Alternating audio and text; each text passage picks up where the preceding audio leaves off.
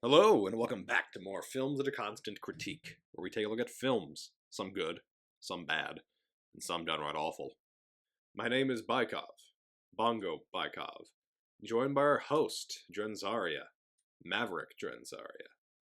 This week, we're taking a look at the 2006 film, Casino Royale. Wait, I watched the 1967 spoof movie that starred... Wait, I watched the 1954 TV movie.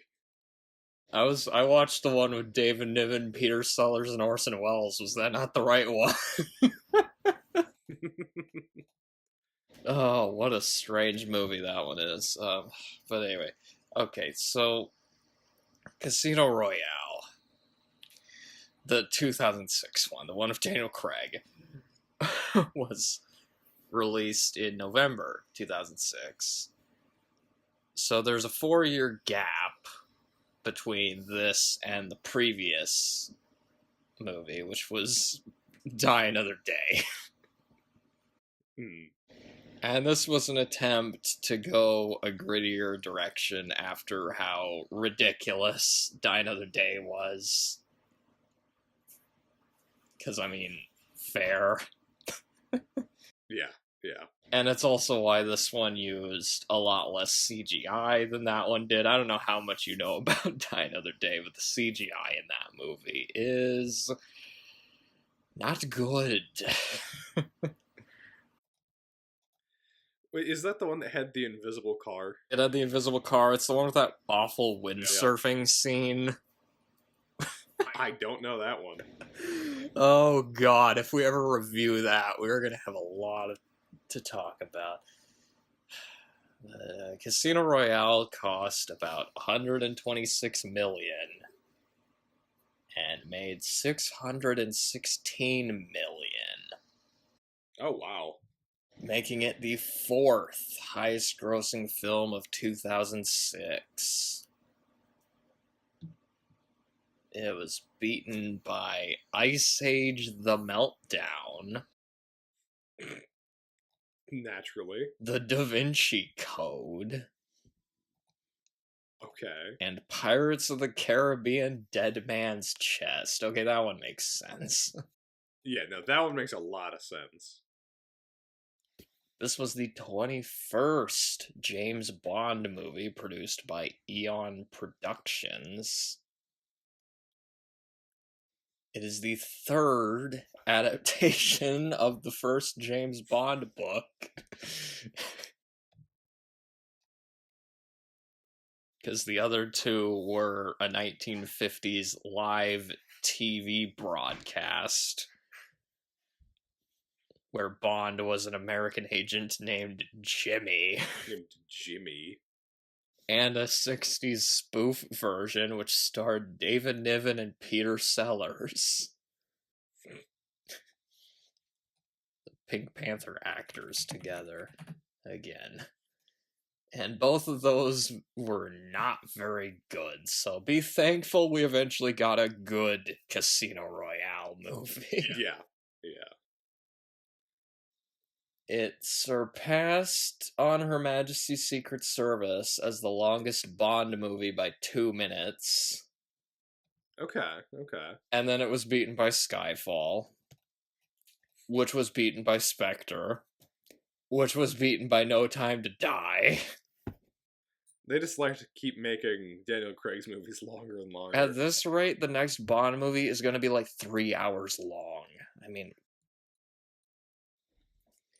there was a bit of controversy because Pierce Brosnan was let go when he thought he would be doing another Bond movie. At one point, it was thought that Tarantino would direct this movie, and it would star Brosnan and be set in the 60s. That would have been a strange movie. Yeah. But Eon Productions didn't want him, so...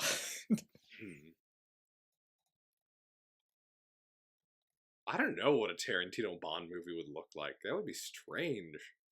It'd probably be... It would be like a Tarantino Bond movie.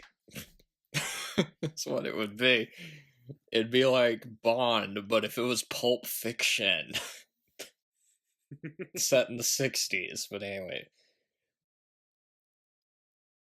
So what? Would it be Once Upon a Time in Hollywood or something? Anyway.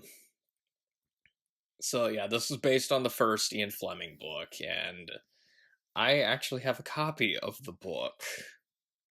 Oh, okay. I only own 2 James Bond books. I just got them recently. I thought about reading it again before the podcast, but I didn't have time, so I'm sorry if the details on it are a bit rusty. As an adaptation of the book, the 2006 Casino Royale actually follows some things pretty closely. It certainly follows it better than the other versions of it. Okay. The thing is, though, this is a long movie, and it was a short book. So, if anything, it wasn't a case of what they left out so much as what they added. What they added in.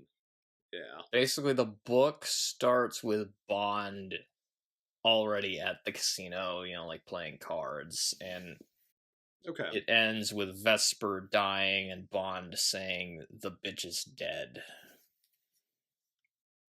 That's quite a bit different.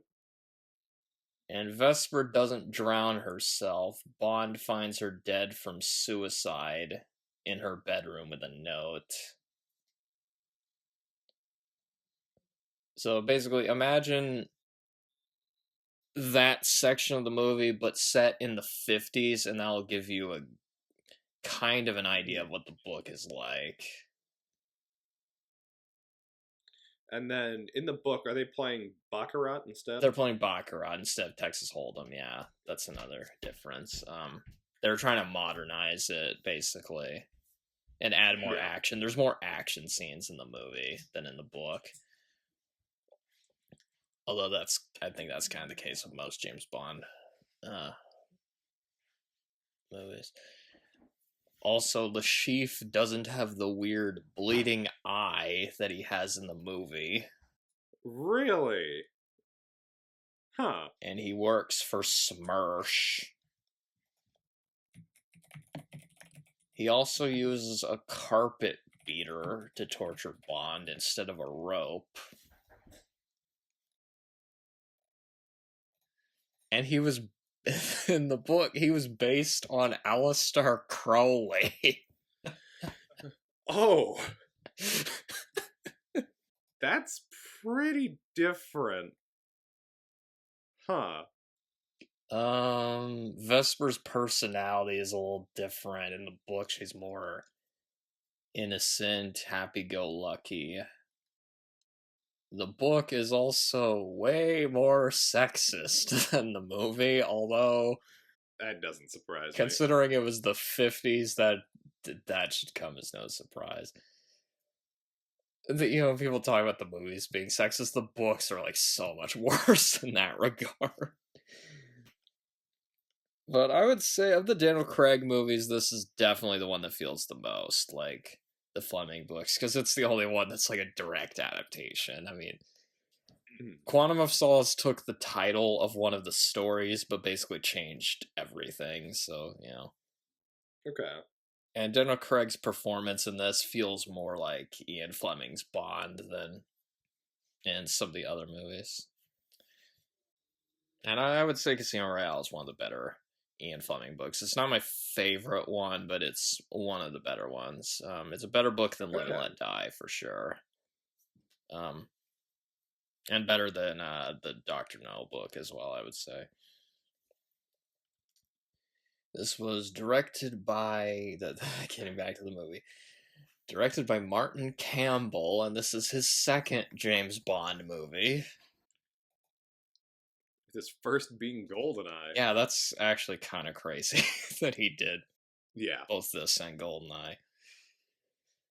Pierce Brosnan's first Bond movie and Daniel Craig's first Bond movie. I don't know why they didn't bring him back for more of these, because he did a pretty good job on both these movies.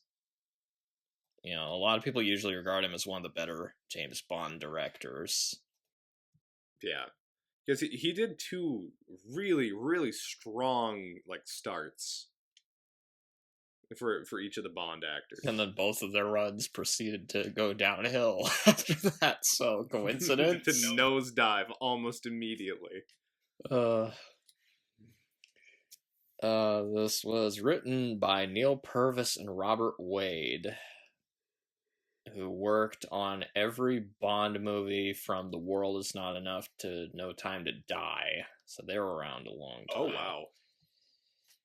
And Paul Haggis, who wrote, and his filmography is kind of interesting. He helped create Walker, Texas Ranger, apparently. And he also wrote $1 Million Baby, Crash, not the Cronenberg one, the other one. The one that won Best Picture that a lot of people were mad about because of the nominees. It was one of the worst ones. And he also helped write Quantum of Solace. Wow.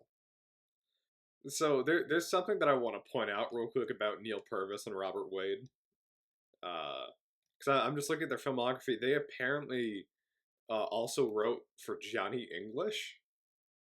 Oh, the first one? And the more I think about it, the more that makes sense. Well, that was a Bond parody, kind of, because... Yeah. So they did 2 Bond movies, then a Bond parody, and then went back to making Bond movies. Did they just write the first Johnny English, or... Yeah, just the first one.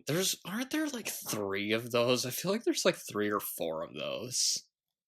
I thought there was only 2. I might be wrong. Oh, so there's been 3, and then it looks like there's a 4th one that's been announced. It's kind of ridiculous how many of those there are. Anyway, is that a future podcast idea? Johnny English? Maybe. Do Johnny English versus Austin Powers? Oh boy. Maybe.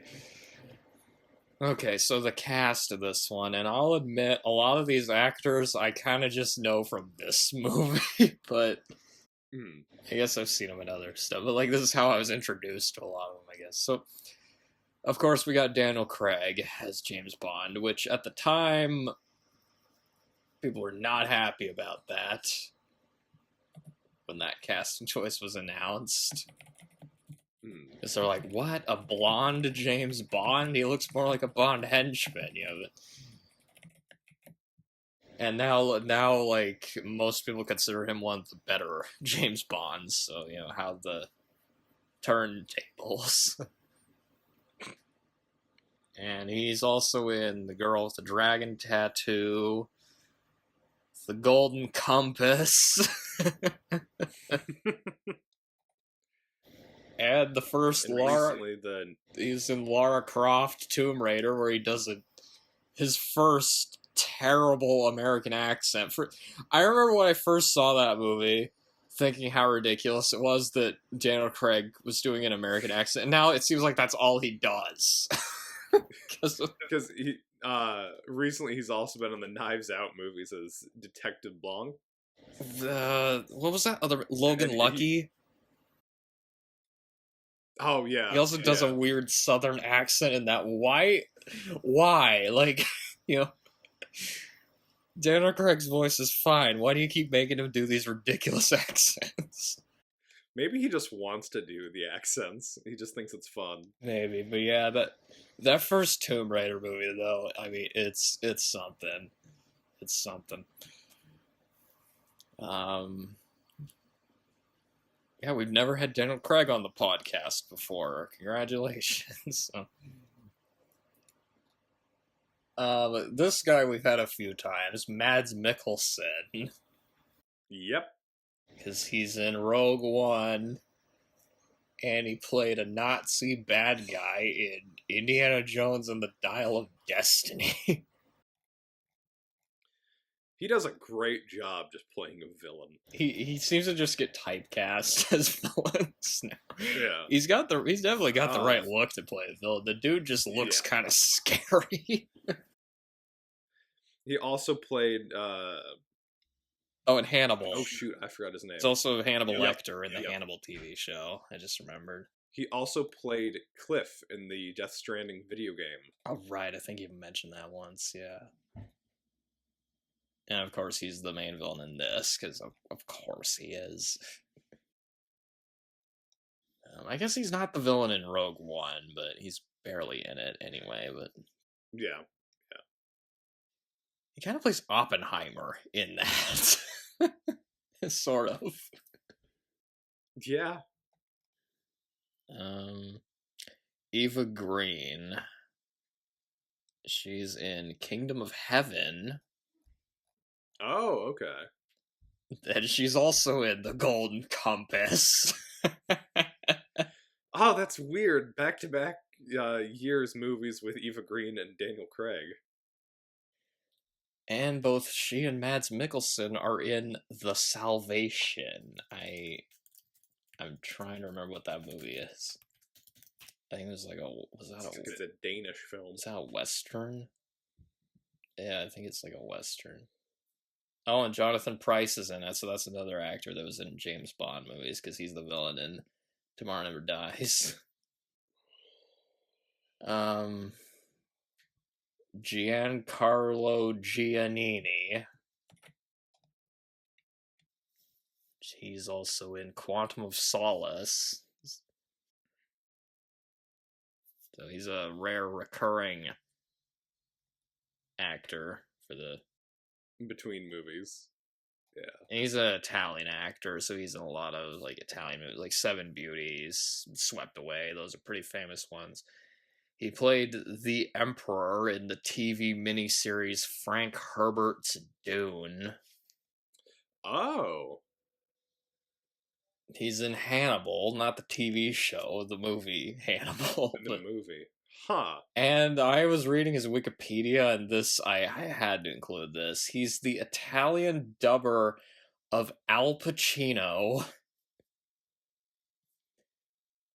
And he's also dubbed Jack Nicholson in the Italian versions of The Shining and Batman.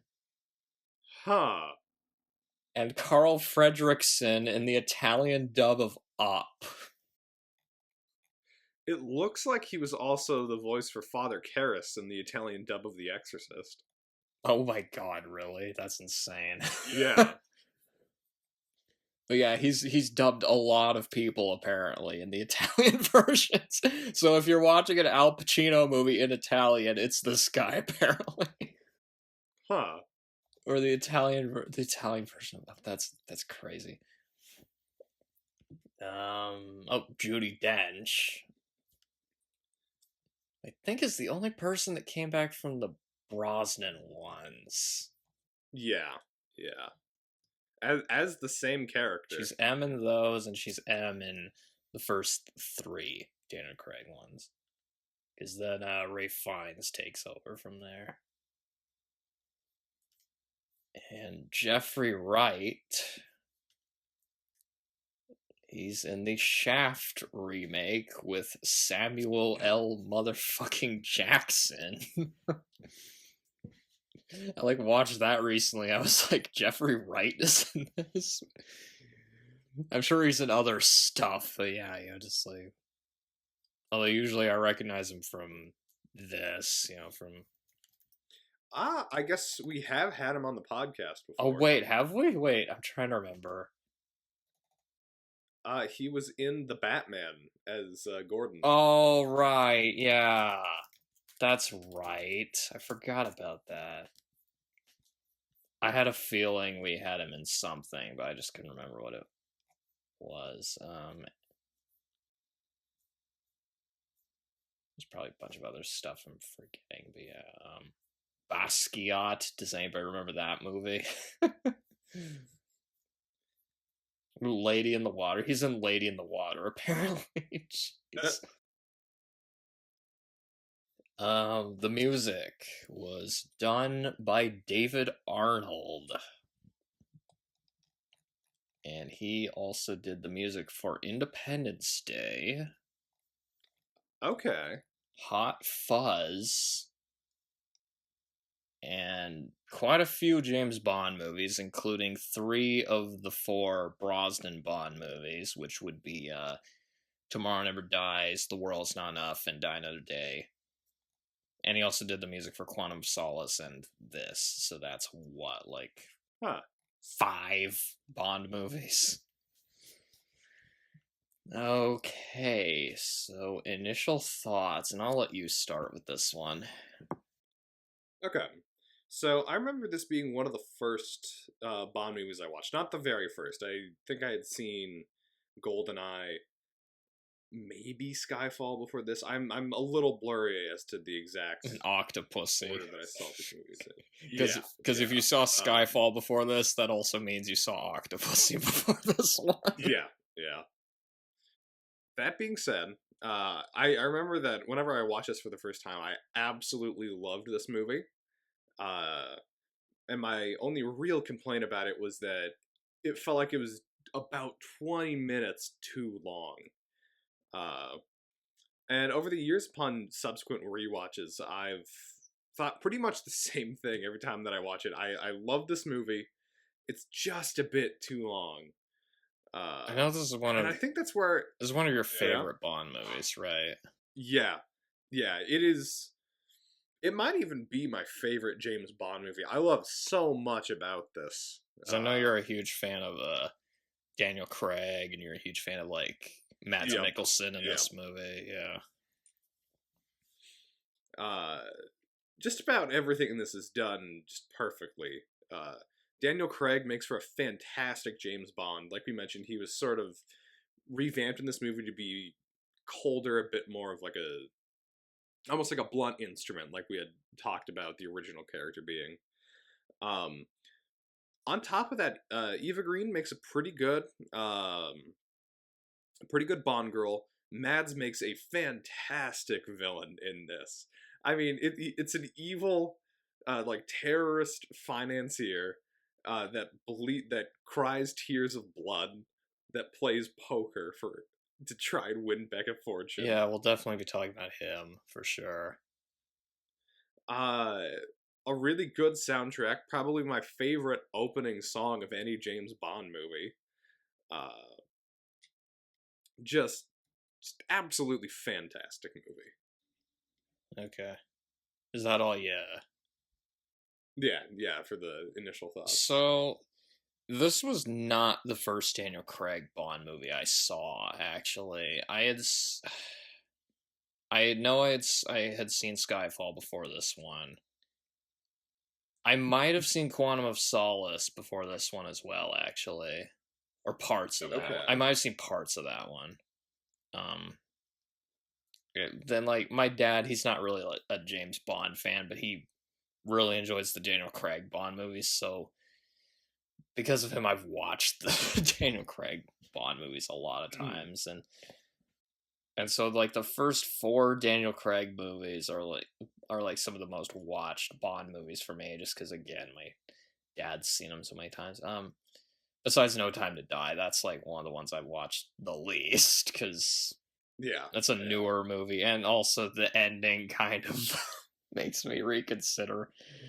So I didn't see this one until like years after I'd seen Skyfall. Okay. I don't remember what movie it was, but I remember we rented something. One of the trailers was Casino Royale.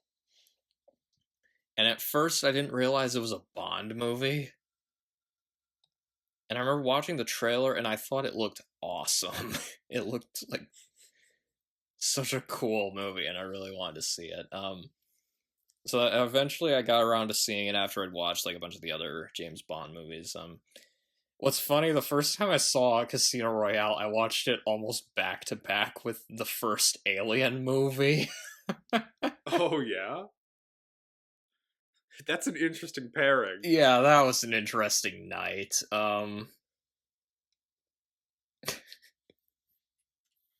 I think it's because, like, after, like, I'd finished watching Alien, I, like, called my dad on the phone, and I was talking to him, and he, like, said, like, I could start watching one of the Bond movies before I could start watching Casino Royale before he got back home, so I ended up watching... I didn't finish it in that night, though. I had to watch it, because it's a really long movie, so I had to, like, watch the rest of it the next day. But it's so fun, the Alien, and then Casino Royale right afterwards. Okay.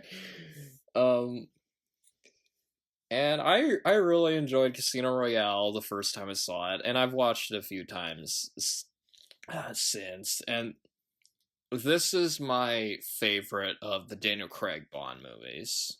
Yeah, for sure. It seems like a lot of people prefer Skyfall, though. I've noticed. Yeah. That seems to be the more popular opinion, but I like this one more. I find the plot and the characters here more interesting, and plus I think this one works a lot better as a standalone film than Skyfall does. Yeah, I feel like Skyfall was definitely trying to do the whole, like, it was trying to tie into, like, it was the 50th anniversary of James Bond, when it came out, so it was kind of playing off the history of it, whereas this one, it was just a reboot. You could watch this one without seeing the other ones, and and it would work. I find it more, I like the plot and characters here more. It's more personally involving. It's also a good adaptation of the Fleming book. And it works as a James Bond origin story, too. We don't see that too often. Although there's a few that kind of, like, On Her Majesty's Secret Service kind of feels like that a bit in some regards. So this is kind of the Batman Begins of Bond movies, in a way. Yeah. Bond Begins. Yeah, I wish that some of the other movies Daniel Craig did had lived up to this one, because watching this one again, it really reminded me of just how good he was as Bond in his earlier movies. Because he's really good in this. This is a really good debut for him, for sure.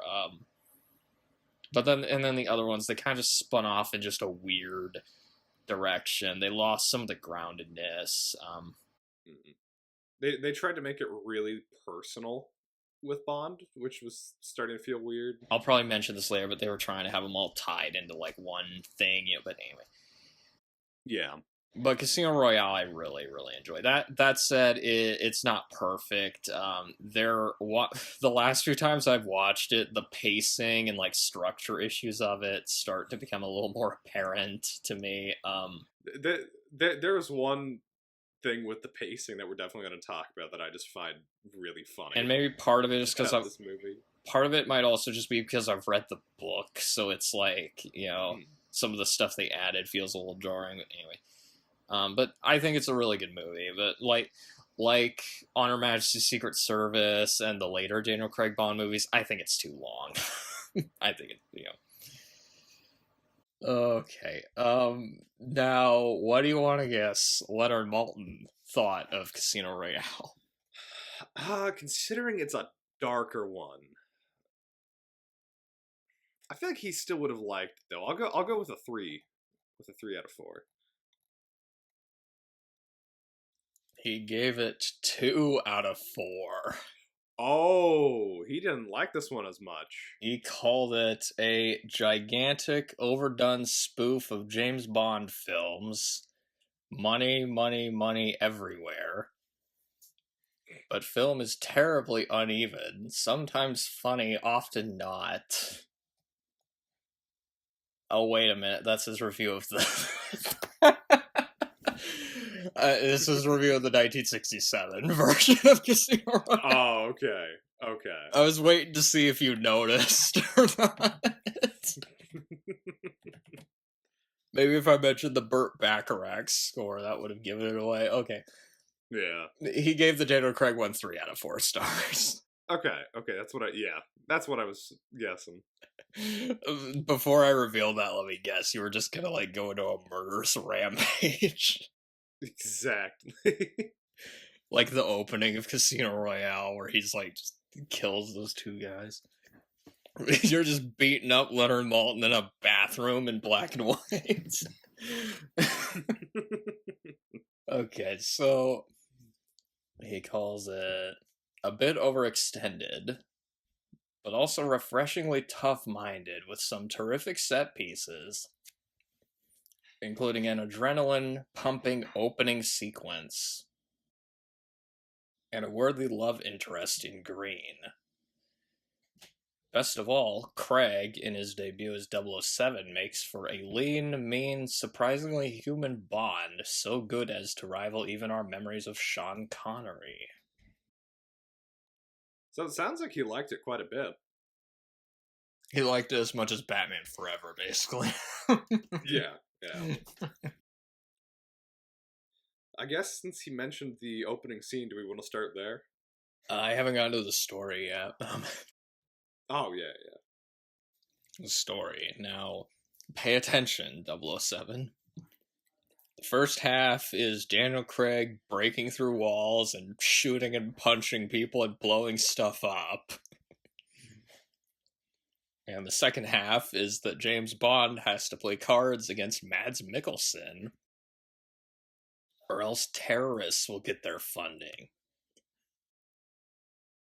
Bond gets tortured. Oh, and also he bangs a bunch of women. Including after getting his balls smacked. I don't know. Which is probably the most impressive part about all of that. So the pros. I will say, David Niven is my favorite James Bond. Wrong one. Okay. But if we were going to mention, you wanted to mention the opening, right? The black and white. Yeah. I feel like that's a great place to start talking about not just this movie, but Craig's portrayal of Bond. Because it just does such a masterful job at setting it all up. It's a very different opening from what we usually get. It's very moody. And it's in black and white, like I mentioned. But basically it establishes Bond as just this really dark, serious character. He a cold assassin, basically. And we're basically seeing, what's cool also is he's getting his first kills, which basically makes him into a 00 agent. Because it takes 2 kills to become a 00. And his first kill was pretty rough. He's beating the shit out of this dude in the bathroom and dunks his head in a sink. It's such a brutal way to go, just getting drowned in an overflowing bathroom sink. Oh no, he survived, and then Daniel Craig shot him and it turned into the opening gun barrel. Yeah, it goes directly into the opening gun barrel and then into the opening song. It's such a quick but great transition. A very different way to do the gun barrel as well. Because usually the gun barrel comes before the pre-title sequence. But again, it's put here because he's becoming James Bond, basically. And that's kind of what makes the movie interesting, is you just see him slowly become more and more like James Bond as it goes. But yeah, the other kill he has is much easier. Yeah, there's this guy at his desk, and he was waiting for him in the room. So he stole the clip from the guy's gun and just kills him. After he's basically explained what he did to the other guy. It's a really good opening, because it does a really good job establishing who James Bond is. He's very clever, but also very dangerous. Again, it kind of makes you think back to the Timothy Dalton as Bond, where he's just this cold assassin, basically. Really, the only Bond things we were missing were him banging a woman or drinking a martini. Like, everything else Yeah. got there, basically. And he's got a pretty cold line at the beginning, too, when he's talking to the second guy that he's taking out. He goes, "My contact, how did he die? Not well." It's so cold. When he shoots the guy, I don't remember what the guy said before, but He was basically saying, "Don't worry, the second kill is always easier." But Bond shoots him before he could finish the sentence and goes, "Yes, considerably." yeah. So, and I guess that could be a good transition to talking about Daniel Craig as Bond in this one. So, Yeah. what are his strengths as Bond? Well, no pun intended. Because he's really tough in this. Yes. He's honestly pretty intimidating. He's like just breaking through walls and he beats the shit out of people in this movie. Like, the fights he gets into in this movie are so brutal. Like, the one at the beginning. Fights are brutal. He also survives like so many just absurd assassination attempts throughout this movie. He gets poisoned at one point. The whole torture scene, which we're gonna talk about. I love that part when, like, that one scene when they like try to poison him. That's some really good acting from Daniel Craig. It really does feel like he's like gonna die there. That's like one of the I think that's the closest Bond has ever been to dying in these. But well, besides actually dying, you know what I mean. Yeah, because they have to use like that briefcase with like the defibrillator on him. He does like almost die there. It's like really close. Yeah. And then he comes back to the poker table and says, "That last hand nearly killed me." Nearly killed me. That's another good point. Is he's got the dark humor that, like, some of he has a lot of really funny lines. That one's really funny. There's some other ones we'll probably mention. There was one where when he was making fun of Le Chiffre's bleeding eye. I don't know if you remember that one. Oh, I know the line you're talking about. I don't have it written down, though. He, like, comes back to the table and, like, Le Chiffre says, "You changed your shirt, Mr. Bond. I hope our little game isn't causing you to perspire." And then Bond says, "A little, but I won't consider myself to be in trouble until I start weeping blood." It's like, damn, he's such an asshole. Yeah.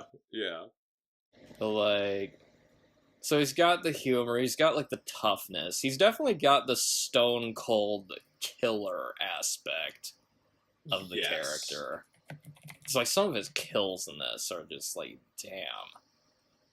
Yeah, it can get pretty brutal. That fight on the stairs is really good, or like there's that crazy chase scene towards the beginning where like he's just like really getting into the action scenes of this. Like one of the problems with the Brosnan ones, the later ones, they started overusing CGI and the stunts just started to just not look realistic. So here they went back to doing realistic stunts, and just that stuff with him at the beginning where they're like on that crane and their parkour scene. It's so good. There's one scene. The running and jumping they're doing is just completely insane. I'm like, And there's also just like a few good bits of humor throughout it as well. Like the guy Bond is chasing runs out of bullets, so he just throws the gun at Bond, who just catches it and like chucks it back at him. He just throws it. Not only that, he throws the gun just right back in his face too. But yeah, as far as the action scenes go, I mean, Daniel Craig definitely was like, Jesus Christ. These early ones. No wonder he broke so many bones while making these. He also does a lot of investigating in this, too, so we get that as well. Not quite as much in his later Bond movies, but like of the ones he's in, this is one where okay, he feels a little more like a spy in this one than he does in some of the later movies he did. Yeah. And the movie does a good job at being a grittier Bond movie. Because I think it was able to find that balance between being really gritty and also having some entertaining action scenes. Yeah. It's a balance which Quantum of Solace did not succeed at all, in my opinion. It's kind of a balance that just gets lost the further Daniel Craig's run. Yeah, they started to get a bit ridiculous in some of the later ones. This one feels a little more grounded than those other ones. Yeah, By the time you get to No Time to Die, it's like, okay, you got this like nanobot virus that can't be destroyed by an EMP. It's like, okay, what? It's basically like a Metal Gear Solid plot by the time you get to No Time to Die. And even Spectre had some ridiculous stuff in it. I was the author of all your pain, or whatever the fuck that was. And it's a good Casino Royale is a good origin story for James Bond. So it's like, you're slowly seeing him become James Bond. Like that shot of him putting on the suit and looking in the mirror, that's a very memorable shot right there, because it's like, wow, you haven't really seen him wear a suit before that, so it's like and that's what we associate Bond with, wearing suits and stuff, Yeah. It feels like a Bond movie, which again, Quantum of Solace did not. I'm gonna rag on Quantum of Solace a lot during this, probably, because I watched that movie again recently, and wow, what a mess! What a mess! One thing that this is able to do very well, though, is it feels like Bond is a bit more human. Yeah, he gets cut up pretty badly in this one. There's that part where he's like dressing his wounds and stuff. He's just bleeding all over the place. Or I think another good example is your favorite scene, the shower scene. Because I know you're a huge fan of when people are like wearing fully clothed, getting into the shower, start sucking on people's fingers. Yeah, it is a good scene though. It like shows like some vulnerability from both the characters. Because basically what happened in the previous scene is like Daniel Craig he had this like brutal fight on a stairs. He like killed a dude, and Vesper is like so traumatized by this. She just runs into the shower. She didn't even take her clothes off. She was so traumatized, and he just came to comfort her, I guess.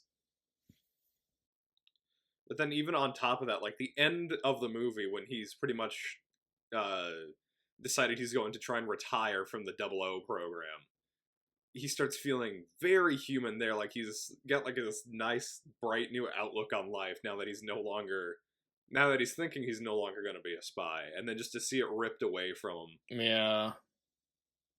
And I think, again, it was just something maybe I should just shut up about the other movies he did. But again, there's just, why did this one work with that stuff, but the other ones didn't? That's what I'm trying to put my finger on, I guess. Maybe it's just this one was based on a book, so it's just you had more to draw from. Yeah. Than the other ones. I guess because it seemed like in the other movies they leaned more into him being just this indestructible action hero. Whereas here it just, especially in like Spectre, he feels like a little too like, and Quantum of Solace as well. I think those two, he like feels too much like just indestructible action man. Whereas here he feels way more like a human being in this one. It feels like he's in a bit more peril in this one than he is in some of the later ones. Yeah, and maybe part of it also is just I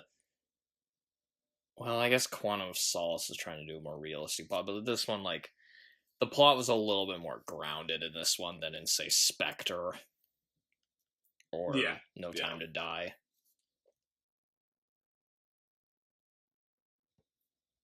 We also see him ordering a drink Just this is exactly how he orders a drink in the books too. Actually, where he like gives this whole, he just comes up with this long description just on the spot. Apparently, he's like dry martini. Wait, 3 measures of Gordon's, 1 of vodka, half a measure of Kina Lily, shake it over ice, and add a thin slice of lemon peel. It's just like, okay. And then he ends up liking it so much he decides to give it a name. Yeah, he ends up naming it after Vesper, if I remember right. Which, if I remember correctly, that like movie cookbook that I have, I think it has a recipe for a Vesper martini in there. Because usually people, when they talk about what James Bond ordered as a drink, it's like, vodka martini, shaken not stirred, that. But here it's like you get more of a description of exactly what he wants the drink to be, I guess. Or then everybody else at the table, they're just like, hey, I'd like that as well, I also like how later the guy asks him what he wants to drink, and Bond is just like, do I look like I give a damn? Because he's just so tired at that point. He just seems so exhausted in this movie. Especially, like, in between rounds of poker. He's just, like, sweating and bleeding that's usually in this when, like, movie so much. Yeah. It is funny how often he has to change in and out of his suit during this poker game. Because then either gets covered in blood, he's, like, sweating to death in there, or some other reason. Like, he steps into a shower fully clothed, so he has to change it again after that. The part where he blows up a bomber, that was pretty funny. So that's the end of that, like, first big chase scene. It's so good. I also love M's line, some of M's lines after she finds out what he was doing there. Is he deranged, shooting up an embassy? Yeah, she just seems to, yeah. Yeah. She also says something like, if someone would have done this back during the Cold War, they would have had the good sense to defect. Which is pretty... Yeah, pretty she says, funny. Christ, I missed the Cold War. Which is very different from how she seems in Goldeneye, because in Goldeneye, it's like, she calls Bond a sexist, misogynist dinosaur, a relic of the Cold War. And now she wants the Cold War to come back, so it's like, okay.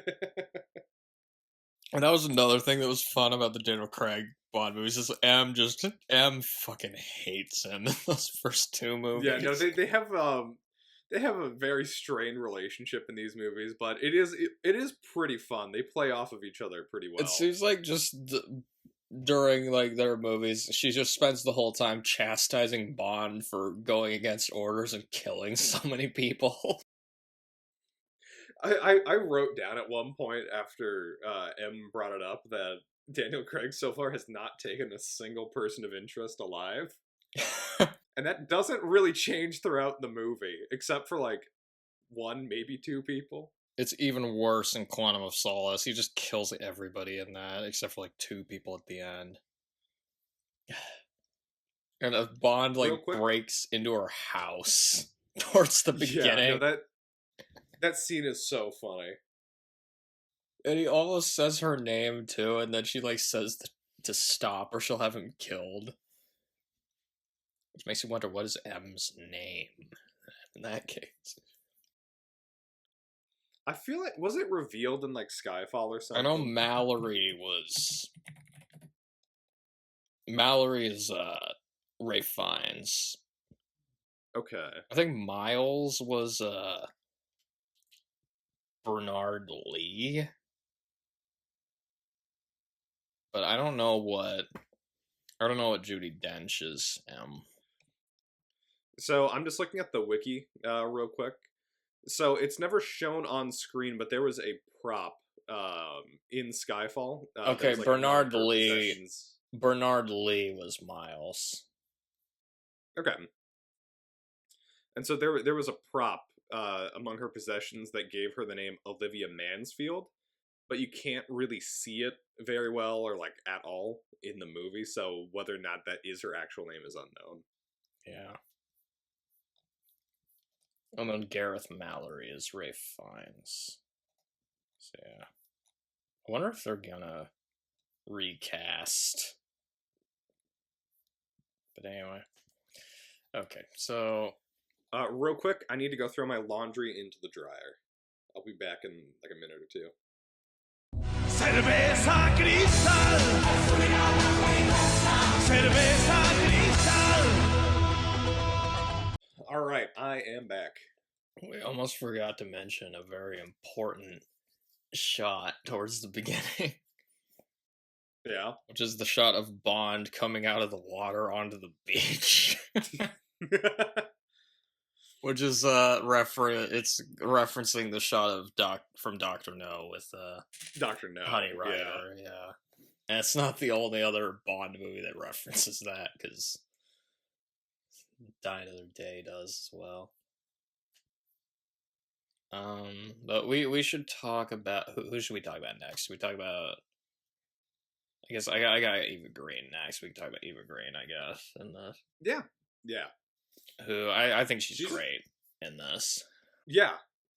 It's also nice because she has pretty good chemistry with Daniel Craig. Yeah, I love the back and forth between these two, especially in that first scene on the train. I mean, right from like the first few lines they have, where she like sits down and says, "I'm the money," and Bond says, "Every penny of it." Every penny of it. Or that was a pretty fun callback to Money Penny. I just love the chemistry, because it's just them constantly sizing each other up and making sarcastic comments. It's like they're trying to do like a psychological evaluation on each other. Uh-huh. I will be keeping my eyes on our government's money and off your perfectly formed arse. You noticed. It's just...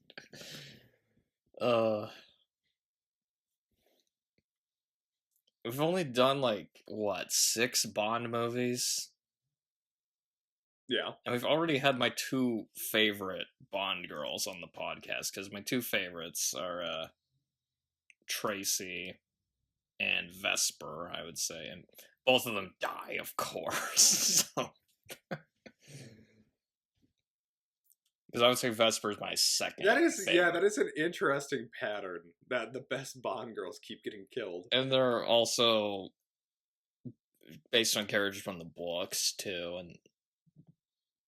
But I find the story with her and Bond in this interesting, because they start off just, again, kind of playfully like sniping at each other. She starts off she just doesn't like him. She basically just thinks he's a womanizer and a cold assassin. But then just as the movie goes, they start to like kind of form this like camaraderie. I think she starts to warm up to him a little more after the shower scene, and then after the torture scene. Yeah. And in between there, you get to see a lot of Vesper. You can tell that she's like not really used to doing like field work, and she seems like legitimately pretty traumatized by the events of the movie, which again is another good just like human aspect. She was like really shocked after Bond killed that guy on the staircase, for example. And then it turns out that she was basically using him to steal the money and give it to her superiors, which is in the book. That's in the book. And the scene with the collapsing building, which is not in the book.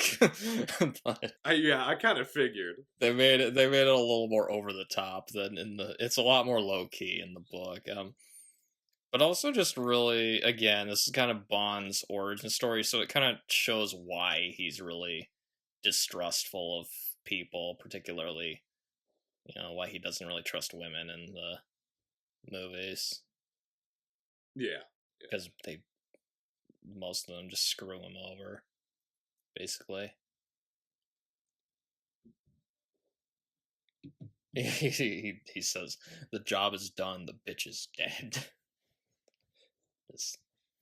And basically spends the next few movies just struggling to get over it, basically. Yeah. Even in No Time to Die, you see him, like, basically visiting her grave in Italy at the beginning of the movie. Yeah, which is one of the better scenes of that movie, I would say. Yeah. Because that movie's weird because there's parts of it that are really good, and then parts of it that you're just like, wait, what? But if we ever do a podcast on it, though, we'll have a lot to talk about. But yeah, it's like a really sad ending with those two, because they seem to actually. It seems like they're actually in love too, and then it just turns out that she, was working against it. But she did leave him some clues, though.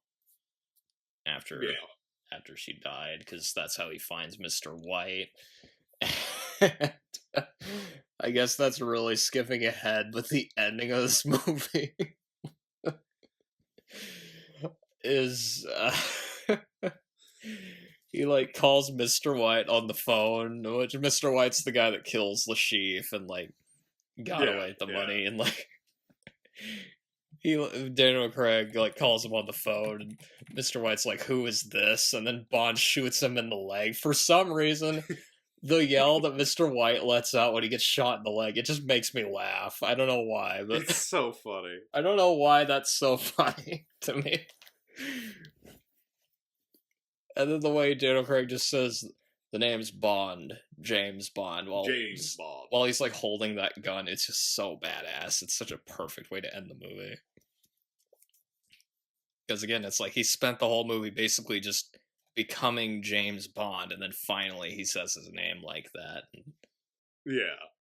It's fun because it feels like the beginning of like another Bond movie, which is pretty fun. It's the beginning of Quantum of Solace, kind of, because Quantum of Solace it takes place directly afterwards, and mucks it all up. But jeez, if we were talking about that movie, I have so many problems with it. And also the rendition of the Bond theme at the end is pretty good too. Yeah. It feels so triumphant. It feels like a good payoff, basically. You waited the whole movie for him to say the name's Bond, James Bond, and then he finally says it, and the movie just ends. It's a perfect way to end the movie. And the music, just the music in general in this movie, I think is pretty. David Arnold did a pretty good score for this. We didn't even mention the theme song yet. Wait, where do I have that written down? We should get back to that because the theme song. The theme to this movie is my favorite James Bond theme. Oh, really? More than Live and Let Die? Yeah. Okay, huh. I mean, it's a good song. I really like the theme song, but I would say my favorite is probably I really like Live and Let Die. Nobody Does It Better, I really like. Goldfinger, I really like the theme for that one. But I think You Know My Name's a really good song. Not a lot of people talk about it for some reason. It feels a bit different than a lot of the other Bond themes. Because, like, before, there was, like, a lot of sort of techno-y songs, like, in the Pierce Brosnan era. And then more later like... on in the Daniel Craig. They were also more, like, love ballads, a lot of them. Yeah. Or they were really brassy. A lot of them were, like, really brassy. Like, again, Goldfinger was like that. And then later on in the Daniel Craig era, it was a lot of, like, more, like, soft piano. Ballads. Like, soft piano pieces. Really sad, Skyfall. That a lot of people seem to prefer Skyfall. That's the one that, like, I don't know, I feel like the songs just got a little too depressing as the Daniel Craig ones went. I want James Bond themes to be fun again, Again, I want, like, Live and Let Die, or Goldfinger, stuff like some of the classic songs like that. And this one has such a good energy to it. Like, it's fast tempoed, sort of like a more rocky. Chris Cornell sang it, which I really like. Yep. Chris Cornell, Soundgarden, Audio Slave, and it's a good song. His voice fits, I think. And there's a few lines in this song I find interesting. There's I've seen angels fall from blinding heights, but you yourself are nothing so divine. Divine. That's a good lyric right there. Oh. There's an interesting one here though that I was gonna mention. Arm yourself because no one else here will save you. The odds will betray you, and I will replace you. That almost makes it sound like it's from the point of view of like M or something. It's the way I interpreted it is it's 008 talking about replacing Bond, because if we're going off of Goldfinger, they say in that movie that 008 will replace Bond if he fails a mission. Huh. It's kind of how that's how I interpreted it, at least. So it's almost like another 00 agent is singing this to him to like warn him about, the life he's about to lead. The whole And I also like the visuals too of the opening credits. Yes, that's what I was just about to mention. The visuals are so good. This is a bunch of poker imagery. They found as many like creative ways to show playing cards killing people as possible. Yeah. They have like people who are supposed to be like the bad guys or like henchmen made out of the different suits, and so like when they get like hit or shot, you'll see them bleeding that specific suit. It's really cool. The guns, like the bullets that come out of the guns are spades. And there's another line in the song like, I've seen diamonds cut through harder men, and at that point there's like a diamond symbol from a playing card stabbing a dude through the chest. Yeah. I thought that was a good detail to include. It's a very different opening credits design than what we usually get, because usually it's like... It's usually a bunch of like naked or scantily clad women dancing around, basically. Yeah. But it was, I think it fit the movie because it's like, playing cards. The movie's all about gambling, basically. It works perfectly. It fits the tone of the movie really well. The visuals are just so interesting. It's definitely the song that I've listened to the most. You said it's your favorite of the whole series, right? I would say it's not my favorite of the whole series, but it is my favorite like opening theme of the Daniel Craig movies. That's fair. That's very fair. Another Way to Die sucks. That song's horrible. Skyfall I think is a good song, but I always, for some reason, it just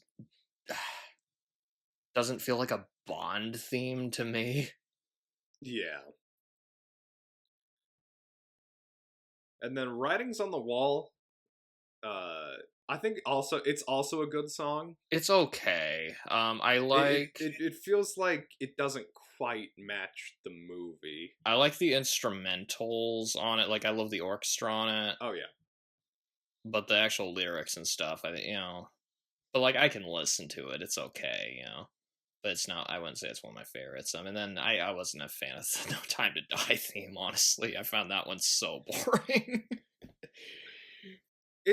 I find No Time to Die is okay, but my problem is it sounds like they were just trying to do what they did with Skyfall. But not as good, yeah. It's like Skyfall, but not as good. Which is kind of Writings on the Wall. Writings on the Wall is also like, they're trying to do Skyfall again, but not as good. Basically, after Skyfall, they're basically just trying to do, like, more really sad, dreary songs. Yeah. I'd like for the next Bond theme to be fun again. Like, I'd like it to be, because, You Know My Name, that's more in, like, that was more going for, like, the, like, rock, like, fast, like, dangerous type of Bond, like Live and Let Die, or, like, the song from A View to a Kill, the Duran Duran song. I don't know if you remember that one or not, but that was more of a rock song. Even Living Daylights kind of felt like that as well a little bit, but Yeah. But yeah, it's a really good song though. I enjoy that one. There's a fight between a mongoose and a cobra at one point. It's my favorite fight of the whole movie.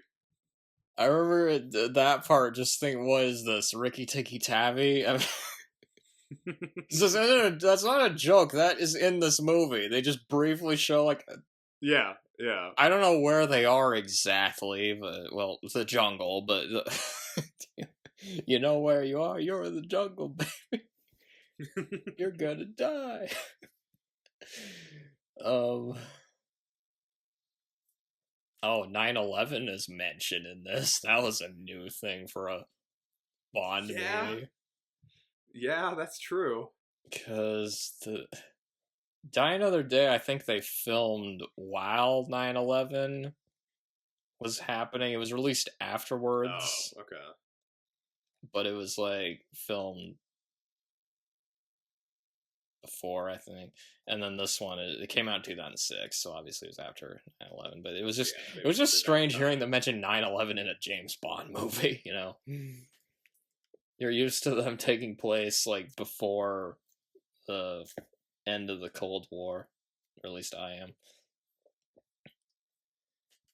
We see Bond playing cards a lot in this one. That's something that it's only briefly touched on in some of the other movies.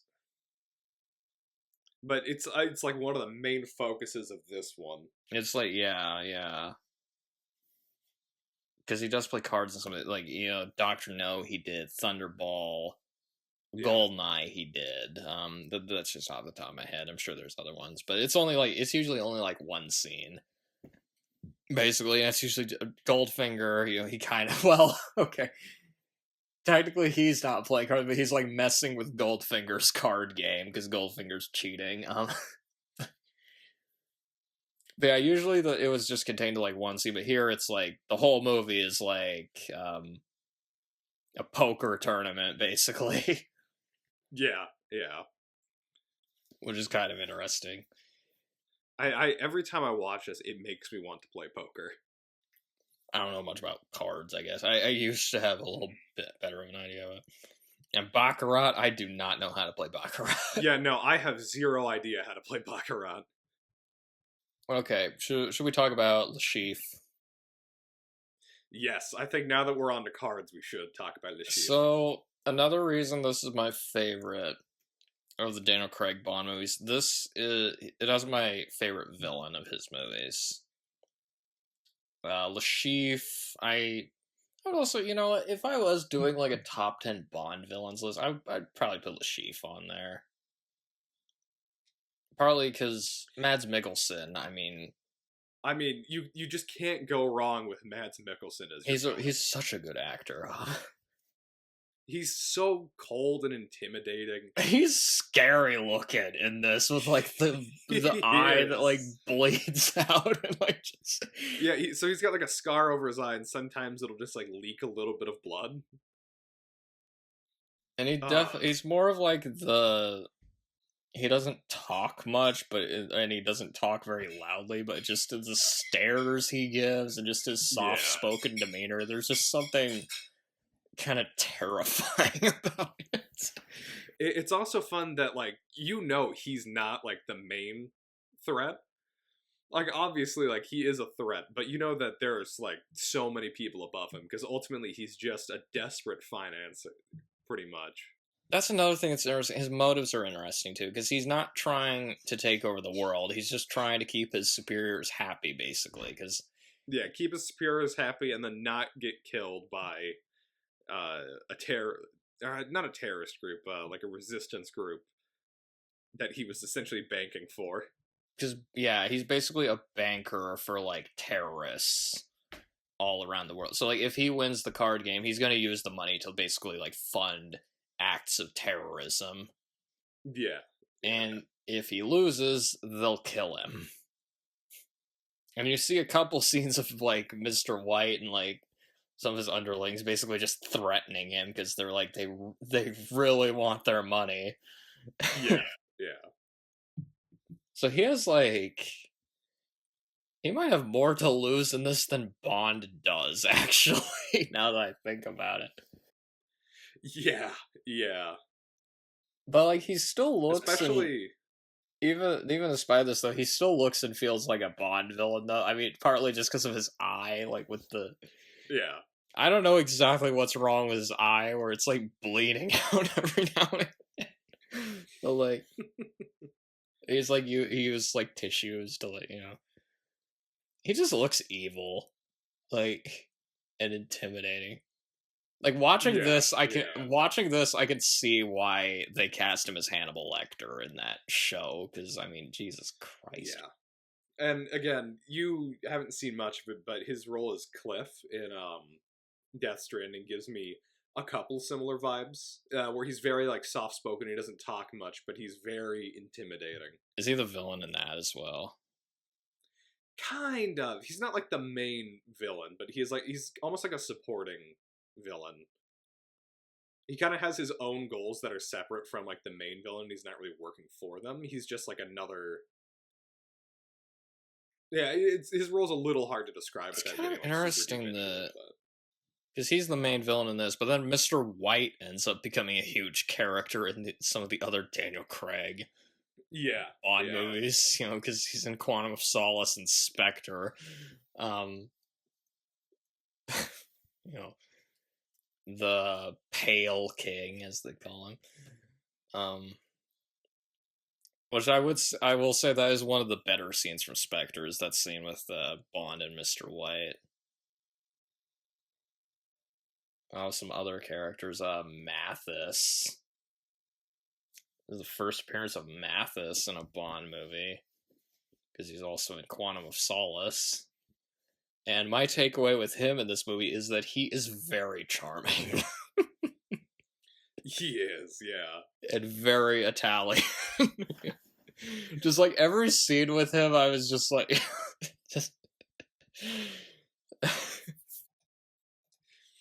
It's funny having a character whose charisma like basically matches Bond. It's actually really funny. There was one scene in this that was hilarious where he hits some of the dead bodies in this like other guy's car, the trunk, and he like opens up basically gets them framed for the killing this guy. And then Mathis says, being dead doesn't mean one can't still be helpful, or something like that. So I thought was funny.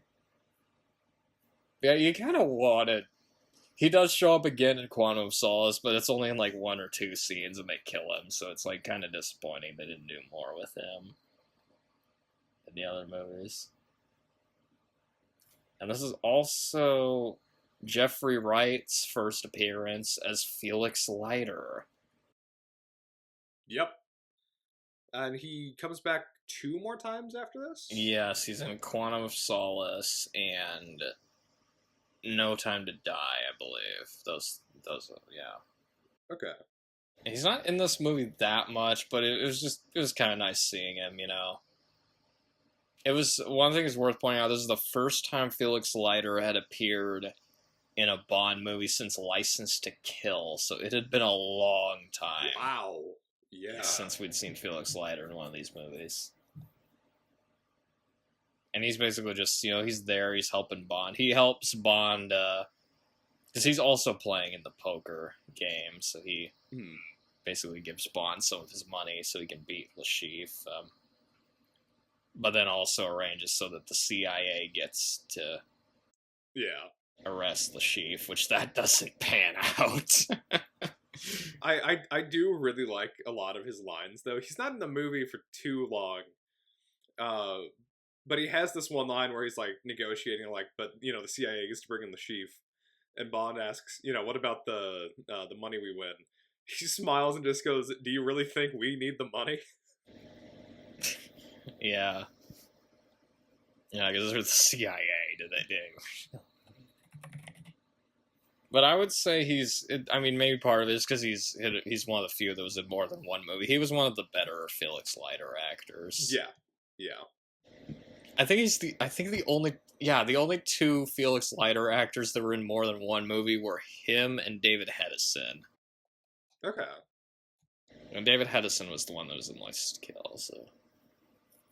David Hedison was only in 2 movies, and I don't think he did quite as much as Jeffrey Wright did. Aside from him, well, he gets a little to do in License to Kill. This might be a weird thing to say, but like On Her Majesty's Secret Service, this one, it's a rare Bond movie that feels like an actual movie. Yeah. It functions a little more like an actual movie. I think part of that is just because it is a complete reboot of the series, and it's like a standalone. It works as like a standalone thing, And because it's also based on one of the books, so they're trying to add a little bit more like character depth to this one, like that one did.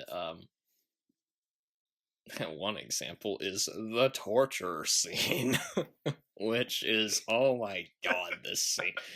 This is... Do we want to... I don't know how you would rank this, but I would say this is one of the best torture scenes in a movie. It is so uncomfortable. It's like up there with like Marathon Man. I mean, what's funny, I remember seeing this on TV one time, and they basically cut the entire torture scene. That doesn't surprise me. It is, like, no matter how many times I see this movie, it's legitimately an uncomfortable scene. Because basically, it's like, Lashif cut the bottom of the chair. I mean, most people probably know about this anyway, but, like, Yeah. he, like, cut out the bottom of the chair, Bond's just sitting there naked, and Lashif is just whacking him in the balls with, like, a rope with, like, a large knot on it. And Daniel Craig's acting here is just perfect. Oh, because, like, you can tell he's genuinely afraid during this moment. He's trying to, like, play it cool. And, like, make jokes and stuff. He is in pain. And, like, yeah, he just... I love Bond's line where he's, like, saying the whole world's going to know you died scratching my balls. I will say, so that scene is uploaded onto on the official 007 YouTube page. The comments are so funny. Oh, no. There's one here that says, rewatching Casino Royale as a 30-year-old made me understand Lashif's desperation to get out of debt. Oh, that's another thing that's great about this scene. Lashif he seems like such a low life in this scene. Yeah.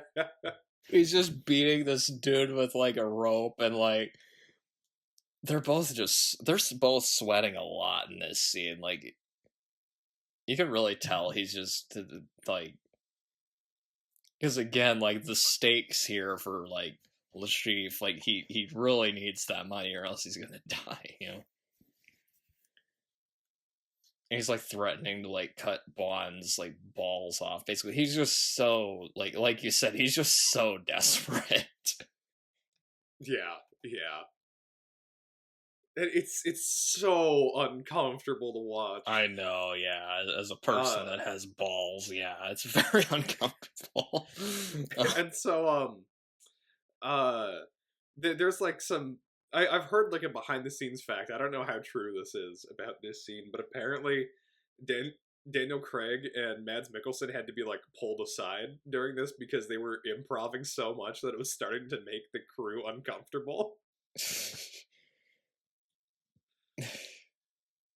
Yeah, because they were, like, because they were actors who started off in, like, independent films and stuff, and the director was basically saying, this is a Bond movie. They were, like, basically going too far with it. And another, I forgot about this as well. You can hear Vesper getting tortured in another room. Yeah. And it's like, if this is what they're doing to Bond, like, what the hell are they doing to her in that other room? Yeah. And they never reveal what happens to her, which is probably for the best. What do you want to guess? Or are they beating her with a towel or something? I don't know. Or like you know what? Maybe it's the best that we don't know. Yeah.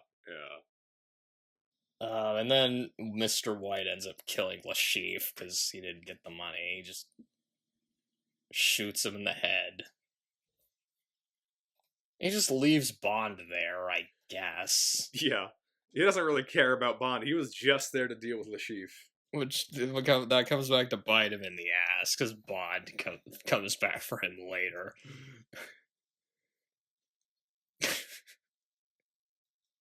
And it's kind of interesting having, like, somebody that's not Bond kill the main villain. Yeah. Which I think is that's actually kind of a running trend with the Daniel Craig ones, now that I think about it. Because he doesn't kill, the guy in Quantum of Solace. I almost forgot what his name was. Dominic Green. Isn't it Dominic Green? Yeah. Terrible character. Although the way that scene is kind of cool though, where he just leaves him out in the desert with just a can of like motor oil. Like that's pretty brutal, and I kind of like that. But that movie's a mess though. I guess he kills Silva. But like all the other villains, and Safin. He killed Safin, I guess. But like three of doesn't kill Blofeld though. Not Inspector, but he accidentally kills him in No Time to Die. No Time to Die is such a mess. Oh my god. There's a lot to talk about with those other movies. And for the record, I would say I like 3 out of the 5 Daniel Craig Bond movies. It's just Quantum of Solace and Spectre that I'm like not huge on, but the other 3 I'm like, like they have problems, but 3 out of 5 isn't bad.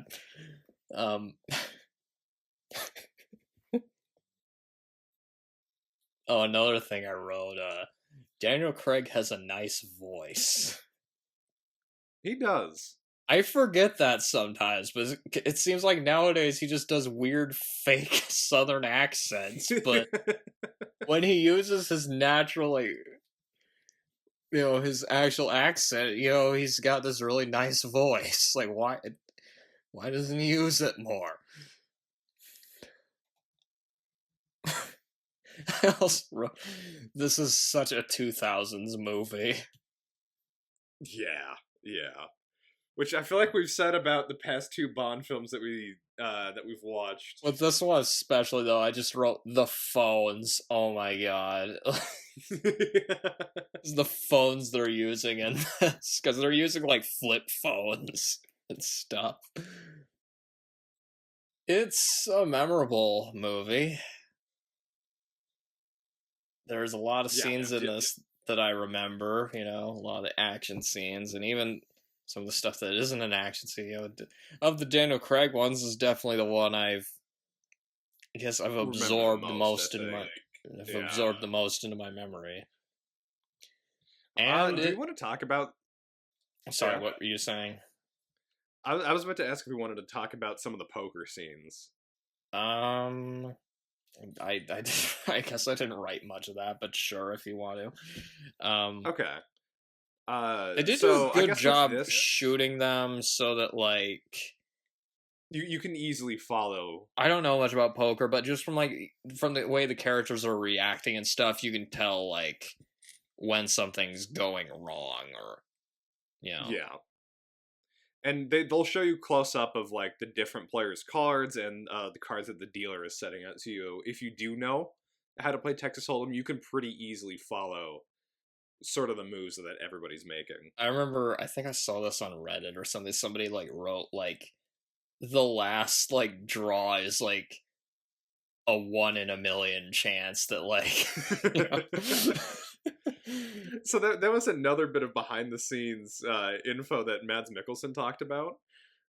Because he's a huge fan of Texas Hold'em, and everyone else at that table knew how to play except for Daniel Craig. Oh, right, I saw that as well. He was like saying Daniel Craig sucked at playing poker. Like, yeah. and he found it so, he's painful. Like, he found it so painful that like it was his character that was like basically winning the poker tournament, even though in real life he was awful at playing cards. Yeah, yeah. And he was saying that like all of these hands are like these absolutely insane things that you would probably never see in your life. Yeah, but they wanted to make it like more exciting, obviously, because it's a movie, you know. Yeah. They could have just played Baccarat instead. And then no one would have known what was happening. Bond would have, I guess. Yeah. Did you have anything else to say about the card scenes, or? Yeah, a couple other things. I do like the sort of the supporting characters that are around the poker table, because they all look like they could be their own Bond villains. It's a little sad that we don't learn a whole lot of info on them, but One of them was an actress from. There was like an actress from You Only Live Twice that appeared in this, if I remember right. Oh, huh. Oh, okay. The opening scene of You Only Live Twice, where they kill Bond. He's like in the bed with this Chinese woman, and she like helps them try to assassinate him. That was her. Oh, and okay. she's also in Casino Royale. I think she's playing poker in Casino Royale, if I remember right, or she's like at the casino. But yeah. Sorry, did you have anything else to say about? Yeah, the other thing is so this isn't really. So I'm kind of torn on this. I don't know whether to include this under pros or cons, I'll be honest. Okay. Because it does get into some of the pacing issues that this movie has. It's structured a little weirdly at points where you'll see maybe a hand or two of poker. Sometimes not even that. And then they jump to like just another scene that happens during some break. So it feels like they all sit down to play one round of poker and then take like an hour-long break for whatever reason. And if I remember right, when I saw this on TV one time, I'm pretty sure they cut a few of the poker scenes because the movie felt really shorter. Huh. The movie felt a lot. That was something when I rewatched it, like after having seen it on TV, I was like, this movie's a lot slower than I remembered because it just seemed so much faster when I watched it on TV that one time. But I don't remember exactly which scenes they cut. But aside from they cut the torture scene, which yeah. But yeah, we'll get into the pacing issues eventually. But another thing I was gonna say, this movie kind of saved the series again. Yeah. Because before this, they kind of saw James Bond movies as outdated and goofy, partly because the movie right before this was Die Another Day. So, thanks to Casino Royale, people started to take the character seriously again. And you could say what you want about it, it is the best adaptation of Casino Royale. Because the 50s TV version was boring. Bond was American for some reason and named Jimmy. Mathis was a woman named Valerie. Felix Leiter was named Clarence Leiter for some reason. Huh. And there was no Vesper. The only positive I can give the TV version is that Peter Lorre played Le Chiffre, and he's pretty good. That's good to hear, at least. Then again, Peter Lorre usually is good. And also, it's kind of interesting that they're playing Baccarat in it instead of poker. Yeah. The 60s spoof version of Casino Royale is an incoherent mess. Although there's I don't know how much you know about the production of this one, but you should read about like the making of this movie. It's completely bonkers. There's some funny parts in the second half, mainly some of the scenes with Peter Sellers. The only part of that movie that resembles the book is there's a scene where Peter Sellers plays a card game against Orson Welles, who is supposed to be Lashif. Okay. Everything else is just nonsense. It's like, it does have a few positives. The cast is insane. The cast, I was looking at the cast. It looks like it. David Niven, Orson Welles, Woody Allen, Peter Sellers, Ursula Andress, William Holden, John Huston, George Raft, John Paul Belmondo. Caroline Munro has an uncredited part in it, apparently. Peter O'Toole has a cameo. It was the film debut of David Prowse. What? He plays a Frankenstein monster. I like browsed through the Wikipedia plot summary one day, and it just sounds like madness, like pure just insanity. If it tells you anything, it had 5 directors. What? And it feels like it too. There's just no coherent vision to it. Again, go read the production history of that movie. It's insane. It does have a great soundtrack by Burt Bacharach. It has The Look of Love by Dusty Springfield, isn't that? But I can't believe a song that good came from a movie that bad. It's like, and it ends with Woody Allen going to hell, and any movie with that as the ending can't be all bad. So. But overall, it's terrible. It's too long. There's barely a plot. Most of it isn't funny. Usually when I watch it, I just skip to the scenes with Peter Sellers, because I'm a huge Peter Sellers fan. The ending is just insane, and that's when it becomes kind of fun, but other than that, it's just super boring. Although it's kind of interesting as like a time capsule of like the 60s. And if you watch it, you can see like some Austin Powers influence as well. Oh, that's funny. But it's horrible. It's not a good movie. So, hey, anyone that has problems with the Daniel Craig Casino Royale, you can say what you want. At least it didn't turn out like those other 2 adaptations did. That being said, I do have some cons with this one. My main one being, and this is a problem that's consistent with most of the Daniel Craig Bond movies, and it's also a problem I have with On Her Majesty's Secret Service. They're too long. Yeah.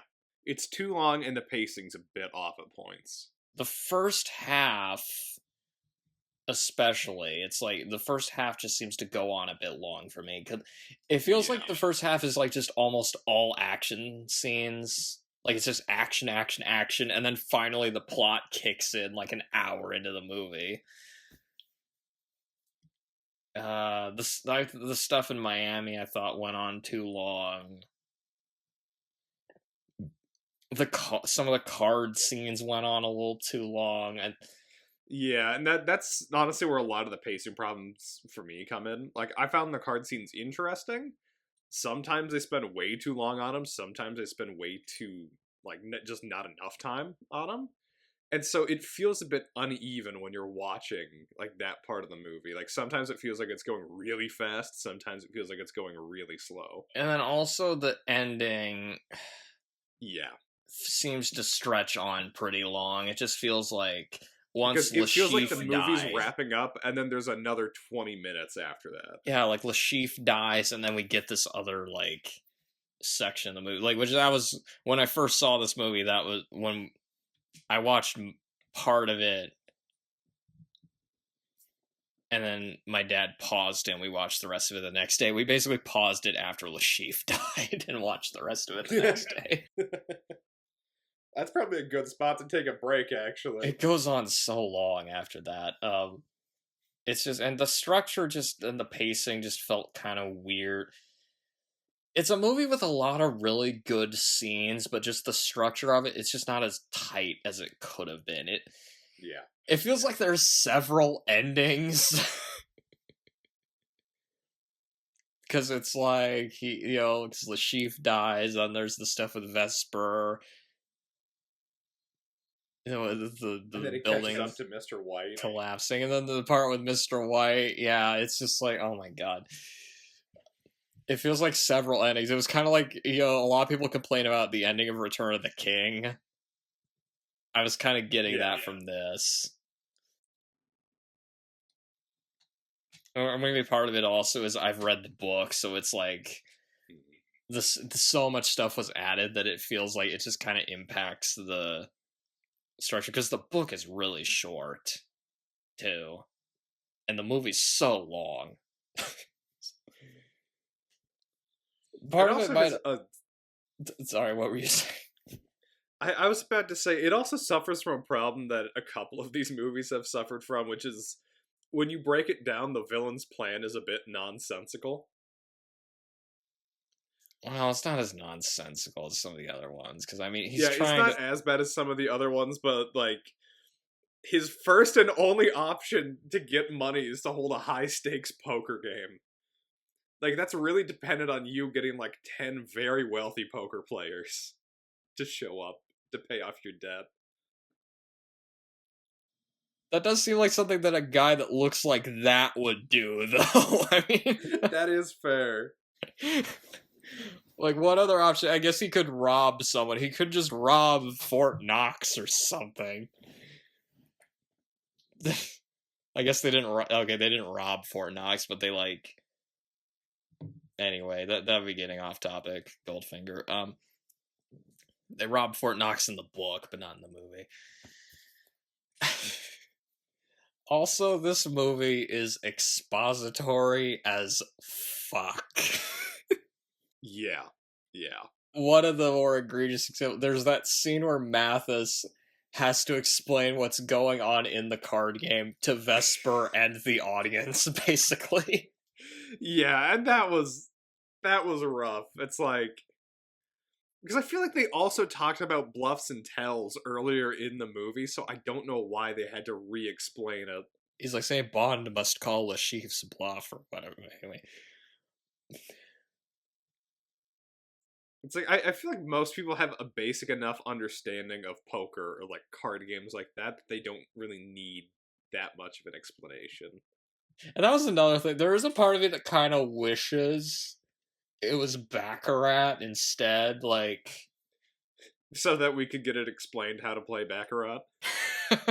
I feel like that would have made it a little bit more novel than just having it be poker. That is true. It would have helped it stand out a bit more. But at the same time, I've heard Baccarat is more like a game of, like, luck. It's like... Yeah. It's not as strategic as poker. But, like, they chose poker because it was more modern, and also because, like... I think the poker tournaments were huge at the time.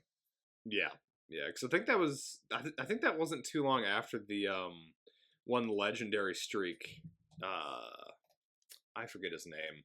But there was some, like, legendary poker tournament where a guy came out of absolutely nowhere and smoked all of the grandmasters. But that was one thing. I mentioned this earlier, but, like, the other adaptations of Casino Royale, they... Well, okay, I should quote-unquote adaptations, especially with the 60s one. But one thing they got right was they had Bond playing Baccarat instead of poker. Yeah. You know. Texas Hold'em. I also think Baccarat was just more popular back then, and it's, like, not really known nowadays, so they probably didn't want to... Yeah, the only reason I've heard of Baccarat is because I've seen the Bond movies, so, you know. Yeah. I don't know how to play it, so... and I kind of mentioned this earlier. There are parts of this movie, it's not as egregious as his later movies, but Daniel Craig does sometimes have moments where he's a little too much of an invincible action hero. The part I always think of, there's this part where he busts through, when during that chase, when he busts through that drywall. I'm glad you brought this up because I forgot to and I wanted to mention it. He, like, busts through that drywall. I always felt that looked a little bit ridiculous. It does, because he stops right after, like, as if he's doing a superhero entrance by breaking through the wall. Yeah, it feels more like something Captain America or Iron Man would do. That pose he does is, yeah, exactly. And I mentioned, okay, with Pierce Brosnan and Roger Moore, I mentioned that they were too nice as Bond. Daniel Craig is the other extreme. He's so brutal and serious. He's like, which is especially bad if you watch Quantum of Solace. He does not feel like Bond in that.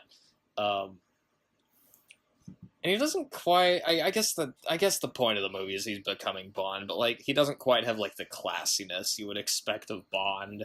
Yeah. And he has it's probably low-hanging fruit. Daniel Craig doesn't really look like Bond. No. And again, we mentioned that earlier. That was like one of the big criticisms when he got announced as the next Bond, is that he just didn't quite look the part. He looks more like one of the henchmen. Like, he would have been a really good Red Grant, actually. He looks a lot like Red Grant from Russia with Love. The henchman in that movie. He's played by Robert Shaw in that movie. Quint from Jaws was a Bond villain. Huh. And yeah, it's like, but it worked for a few movies, though. I think Daniel Craig, he was really good in this one. Again, Quantum of Solace, they really lost the balance with that one. Yeah. Skyfall kind of got it back, though. And then there's parts in Spectre and No Time to Die where he still feels like Bond, and then others where it's like, what is that? Like, actually, honestly, of his movies, the one where he feels the most like Bond might be Spectre. I think I'd agree with that, because he has the classiness. He feels more like Bond in that one, even though that movie's not that great, but, like, there's some classic Bond moments in that one. Yeah. Like, one of my favorites is when that building collapses and he, like, lands on the couch. Falls onto the couch. That part, oh man, that's so funny. This is also the first of the Eon James Bond films not to feature Moneypenny. I thought you were about to mention Q. And Q. Q is not, well, but Q wasn't in Live and Let Die. Oh, yeah, true. So this wouldn't be the first one Q is absent from. But yeah, no Moneypenny and no Q is a bit disappointing, though, because, like, so there's no gadgets, really, aside from the defibrillator briefcase, I guess. Yeah. Because even, like, the Dalton movies, those had gadgets in them, and Q Branch, And, like, Q is one of my favorite characters from these movies, so it's like, that's always a fun thing. He's like, explaining the gadgets to Bond and, like, all that. But we don't get Q in the Daniel Craig ones until Skyfall, Yeah. I guess part of it is, you do have to replace Desmond Llewellyn, which he was so perfect in that part. It's hard to find a replacement. Yeah. And that he was there for a good majority of the series. Yeah, he was there for so long. Now, pay attention, 007. Like, it's actually impressive how long he lasted in the park. He was there starting with From Russia with Love, and he lasted until World Is Not Enough.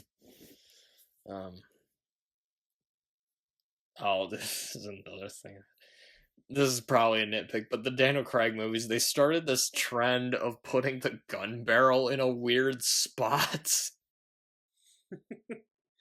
I feel like it worked in this one. It worked in this one, but, like, it set a trend, and it didn't really work in some of the other ones. Because, like, Quantum of Solace, it's at the end for some reason.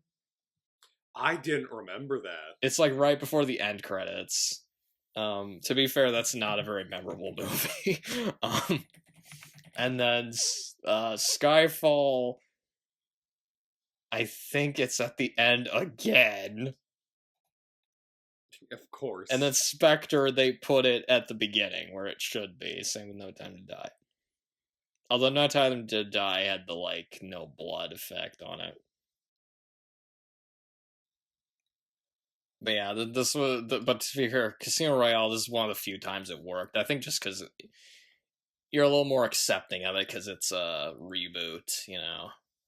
Yeah. But it kind of just set a dumb trend for these movies. And yeah, obviously, yeah, this movie, it's trying to go for something different, but I do miss a lot of the trademarks of the series with this one, like the weird... the lack of gadgets is kind of sad. I really like just a lot of the Bond movies, even some of the ones that aren't that great. I like a lot of the weird science fiction-y stuff, so... Yeah.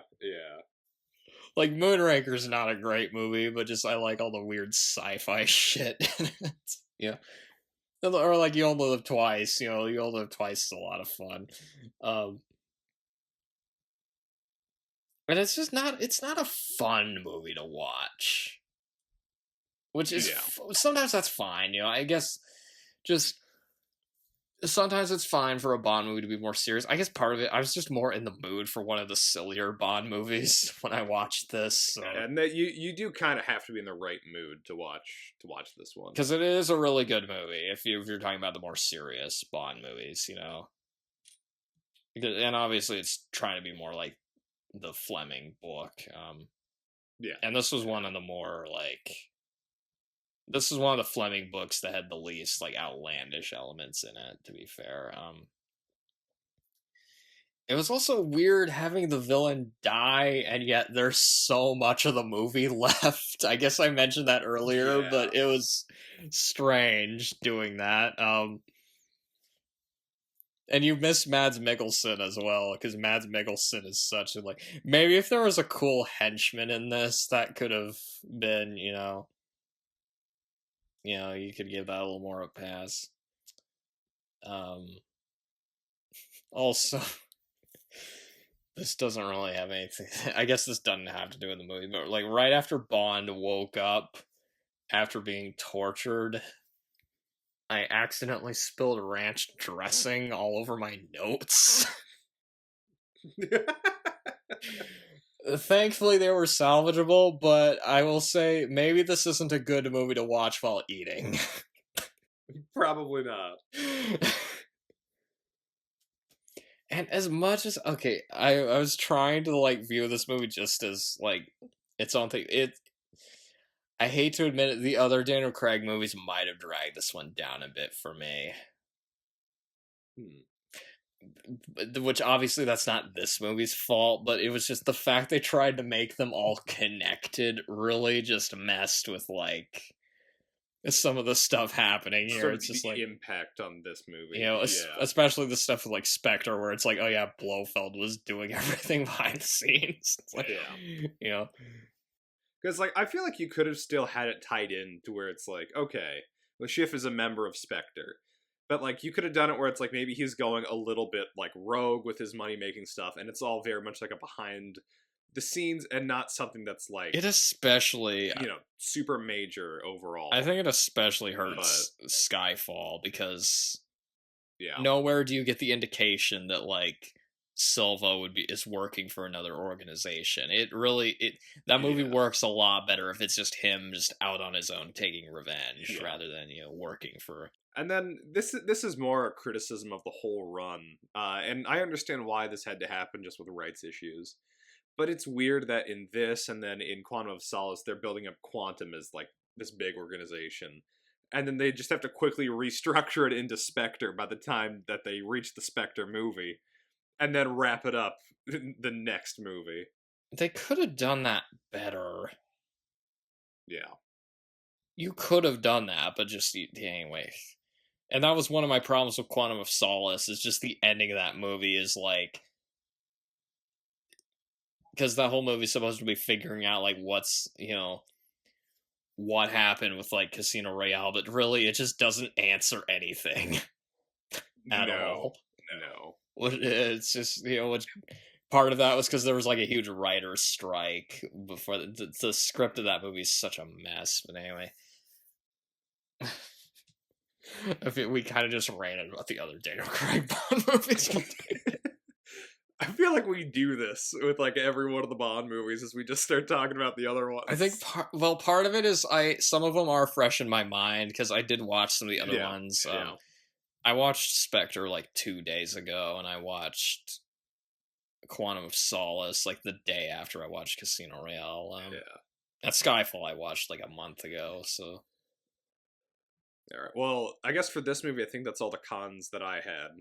If we're gonna wrap it up, let's get into overall thoughts, and then after overall thoughts, we can like rank the. Rank some of the stuff. So yeah, like I said, it is a very good movie. It's got pacing problems, but overall, I'd say it's a good reboot. One of the better reboots we've done on the podcast. Would this win best reboots, do you think? I think it might, yeah. Is it better than Batman Begins, do you think? Personally, I think so, yeah. It has a better villain than Batman Begins. That one also kind of does a weird thing where it's like you got... Anyway. I'd have to rewatch Batman Begins, I guess. They're both really good movies, though. Yeah. But that's like the only competition it has, like as far as reboots go, is Batman Begins. I would say if I was ranking all of the Bond movies, Casino Royale would be in the top 10 somewhere. It's not my favorite Bond movie, nor is it my favorite that we've done on the podcast. Spoilers. But I do think it's one of the better ones. And it is my favorite Daniel Craig one as well. I think Daniel Craig is really good as like a harder edged, more human Bond. Eva Green is really good as Vesper, and I really like the chemistry between those two. Mads Mikkelsen, of course, as Le Chiffre. I mean, yeah. What more do you need to say there? The action scenes, I think, are really good. It has a good plot, good music. At points, it does capture the feel of the Fleming books, especially with the opening. The opening totally feels like something from the Ian Fleming Bond books. Yeah. I want to do more of these, honestly. So do I. I'm in the mood to watch like License to Kill or Thunderball or something like that. But anyway, you can give your thoughts then. Yeah, so it's just a really, really, really solid reboot, like we were talking about. It doesn't include all of like your typical James Bond tropes, like, it doesn't really have gadgets to speak of. There's no Q branch. It takes itself a lot more seriously than other ones. But as a sort of almost like a facelift for the series, to kind of take it out of the campiness that the previous entry sort of left it on and bring it into a more serious and grounded story, it works very well. It has a spectacular opening. Daniel Craig makes a fantastic first impression as Bond in this. Mads Mikkelsen is an all-time great villain, and it probably ranks among my favorite of the one of my favorite Bond villains, actually. Eva Green portrays a great Bond girl, and although I think the movie is too long, by about 20 to 30 minutes, and then it has some weird pacing issues, I never regret watching it. Like, I always have a good time when I watch this one. You get to the last line, the name's Bond, James Bond, and you're like, yep, he is. It's a perfect way to end the movie. Is there anything else you wanted to... I think that's about it. Okay, so if you were going to rank the James Bond movies, of the ones we did on the podcast, how would you rank those? Okay. And I don't know if you're starting at 1 or starting at... Anyway, however you want to do it, I guess. Yeah, I'll start with 6. Give me a second just to. Mine might surprise you, actually. Ooh, okay. It surprised me actually when I was thinking about it. I was like, wait, really? But Ooh, okay. Actually, my bottom 3 are difficult because they're like kind of close. oh, really? Okay.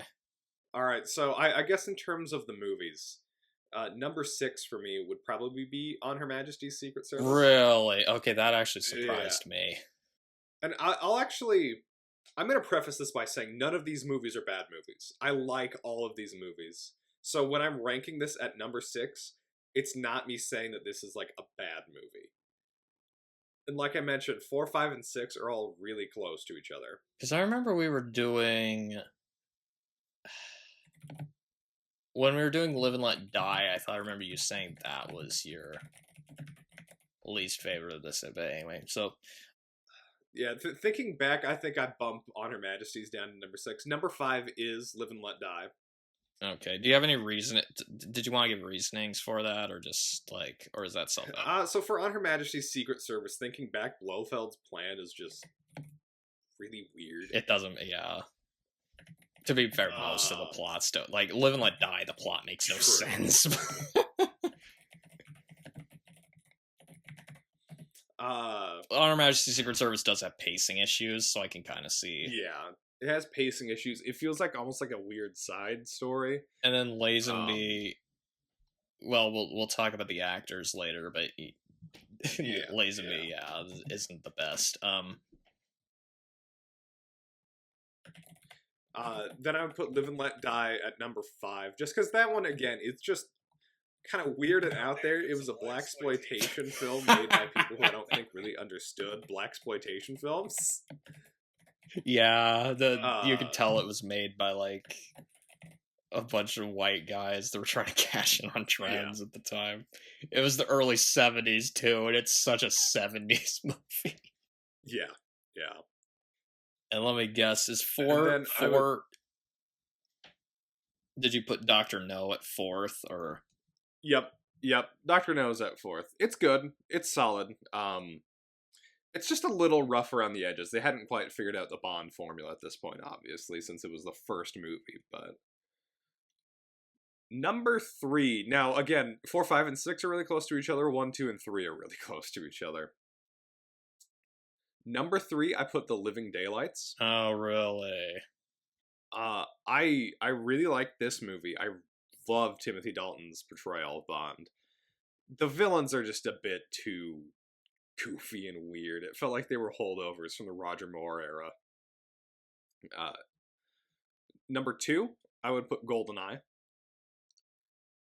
And then number 1, I would do Casino Royale. I'm not surprised that you picked Casino Royale as your favorite. Yeah. Our ranking is like completely different. I just realized. Okay. Because, last, I had Live and Let Die last of these 6. And like you said, these are all movies I enjoy. I enjoy all these movies. Live and Let Die for me, though, is like... It was in kind of that awkward period where they weren't sure what to do with the series after Lazenby and Connery left, so it kind of feels like the early Roger Moore ones, like the first 2 movies, they kind of feel like they're going through growing pains, like they're not sure what to do yet. But I do really enjoy Live and Let Die just because of how weird it is. The villains are interesting. It has one of my favorite theme songs of the series, obviously. And it's kind of fun seeing Roger Moore put his, stamp with the series. But it's not my favorite Roger Moore Bond movie though. But it's a fun movie. And then right above that, I put Dr. No because I like Dr. No, but there's other Connery Bond movies I enjoy more, like the 2 that came after it, for example. But it's got a lot of classic Bond scenes. Like, I love the whole ending with him and Dr. No having dinner and, like... Yeah. It's got some memorable lines in it as well. The tarantula scene. There's a lot of memorable scenes in that one. What's interesting is I had a tie. I couldn't decide which one to put where. I have these tied because they kind of feel like the same movie to me, where like the plot's a little bit similar and they have similar problems, and it's a tie between On Her Majesty's Secret Service and Casino Royale. Okay. Which this is probably what, the choice that shocks you the most. Yeah, no, that's going to be the biggest difference, because I have those on the opposite ends of my list, and you have them both dead center. So, because they both have pacing issues for me, they kind of try to do the same thing where it's like Bond like actually has a romance in it, where they like fall in love and like it comes to a tragic end, and they're both based pretty faithfully on the books. I would say On Her Majesty's Secret Service is probably closer to the books. I was having trouble deciding which one I liked more between the two, because I like both of those movies quite a lot, but you know, it's just.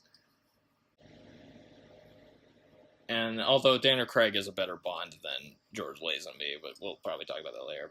But like with On Her Majesty's Secret Service, I really like that they went a more grounded route.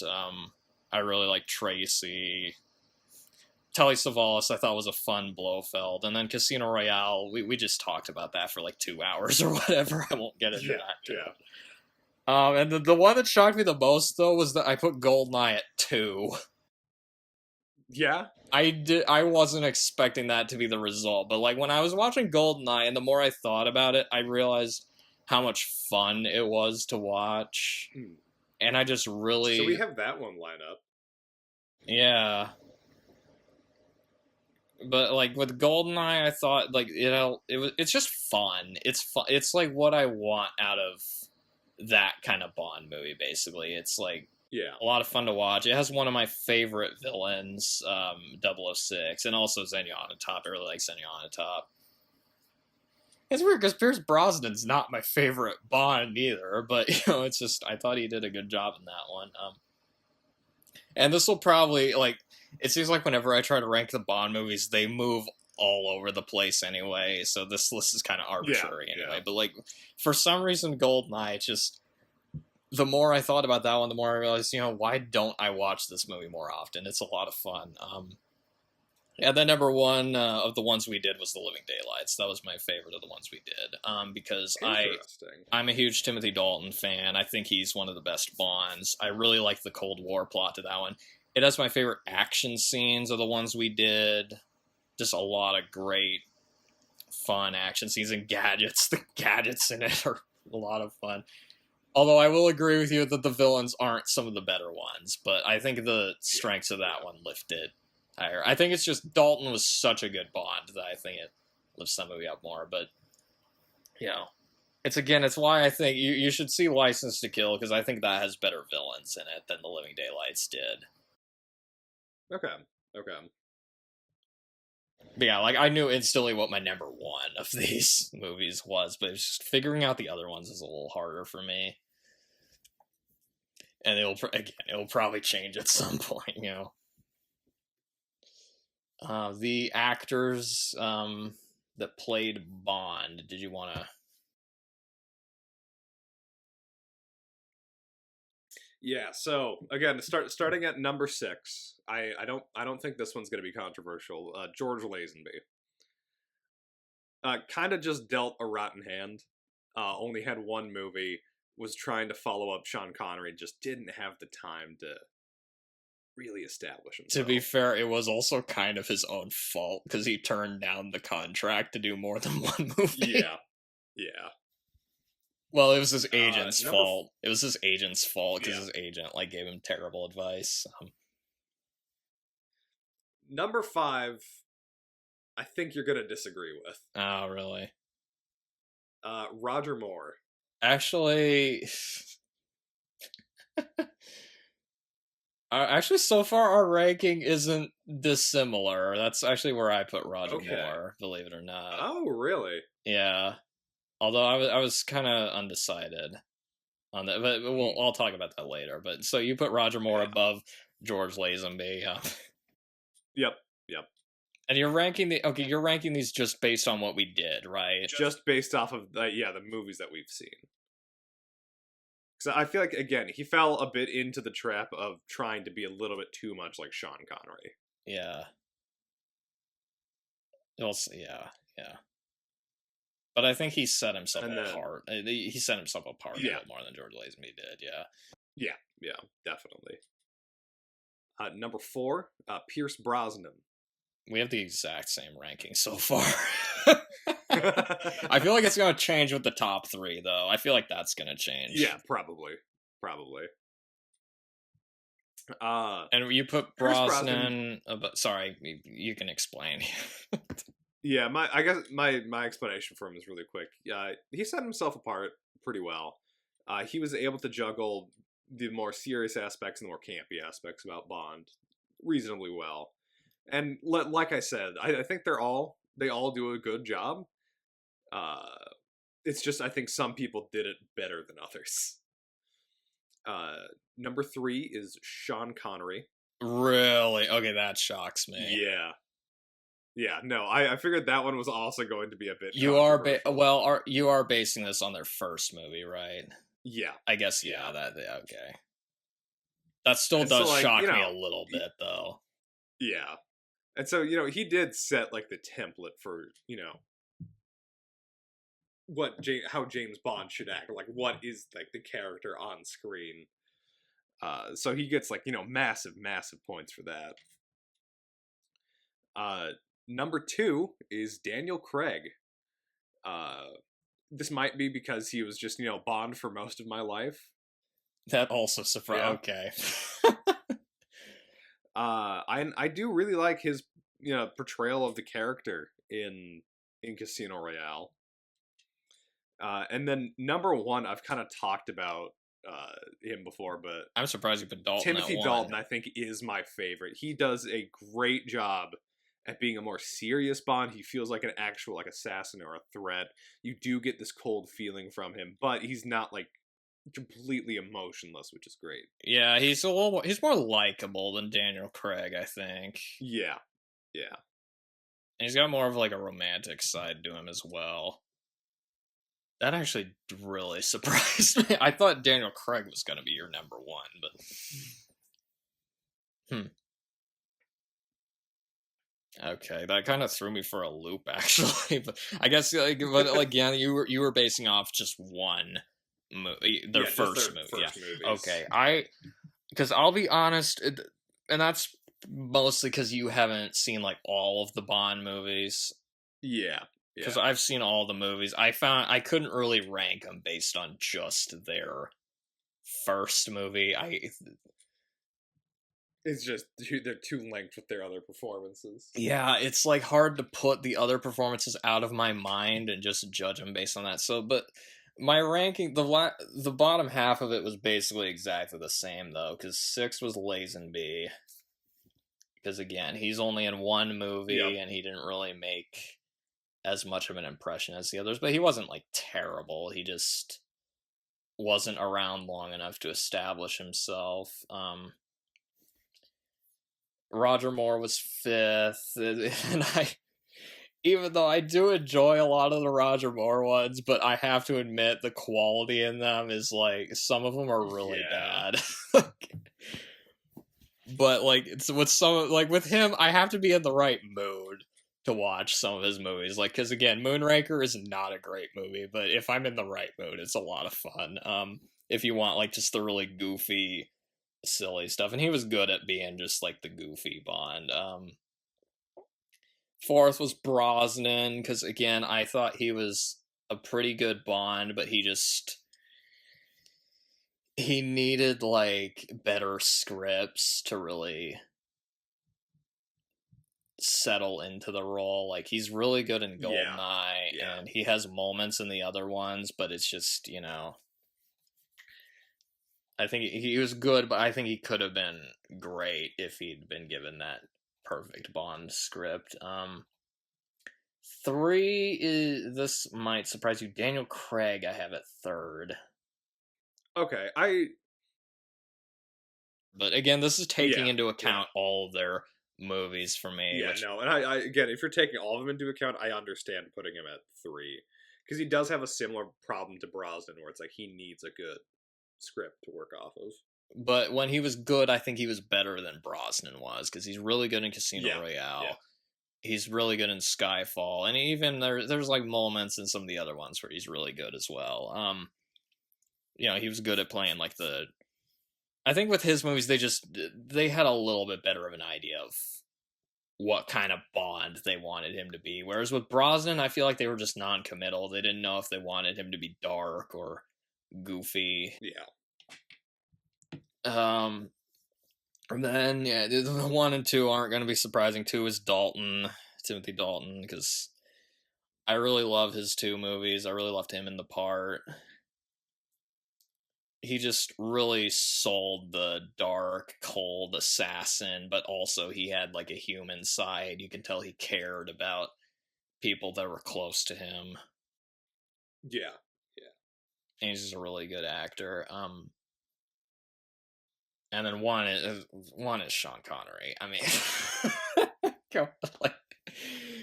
yeah, no, and again, that's really fair. Do I even need to explain with that? Because he was the iconic Bond. He was the James Bond. He really established what that character was, and he just had like this charisma and presence to him that the other Bond actors didn't have. Like, he walks into a scene and he just commands your attention. What's our next podcast? Is that... I had written down a Hollow Man. Hollow Man? Is that what we're doing? I guess. And then there's Hollow Man 2. Are we doing that as well? I don't know yet. Oh, God. I guess we're doing Hollow Man. Maybe we should... I think you mentioned Lawnmower Man at one point. It's like... Yeah, we would do Hollow Man and Lawnmower Man. I kind of want to do that just because Pierce Brosnan is in it, so it's like another Pierce Brosnan movie. Okay. Alright, well, until then, roll the Andy Griffith. Good night, you stupid idiot. Good night, you miserable slob.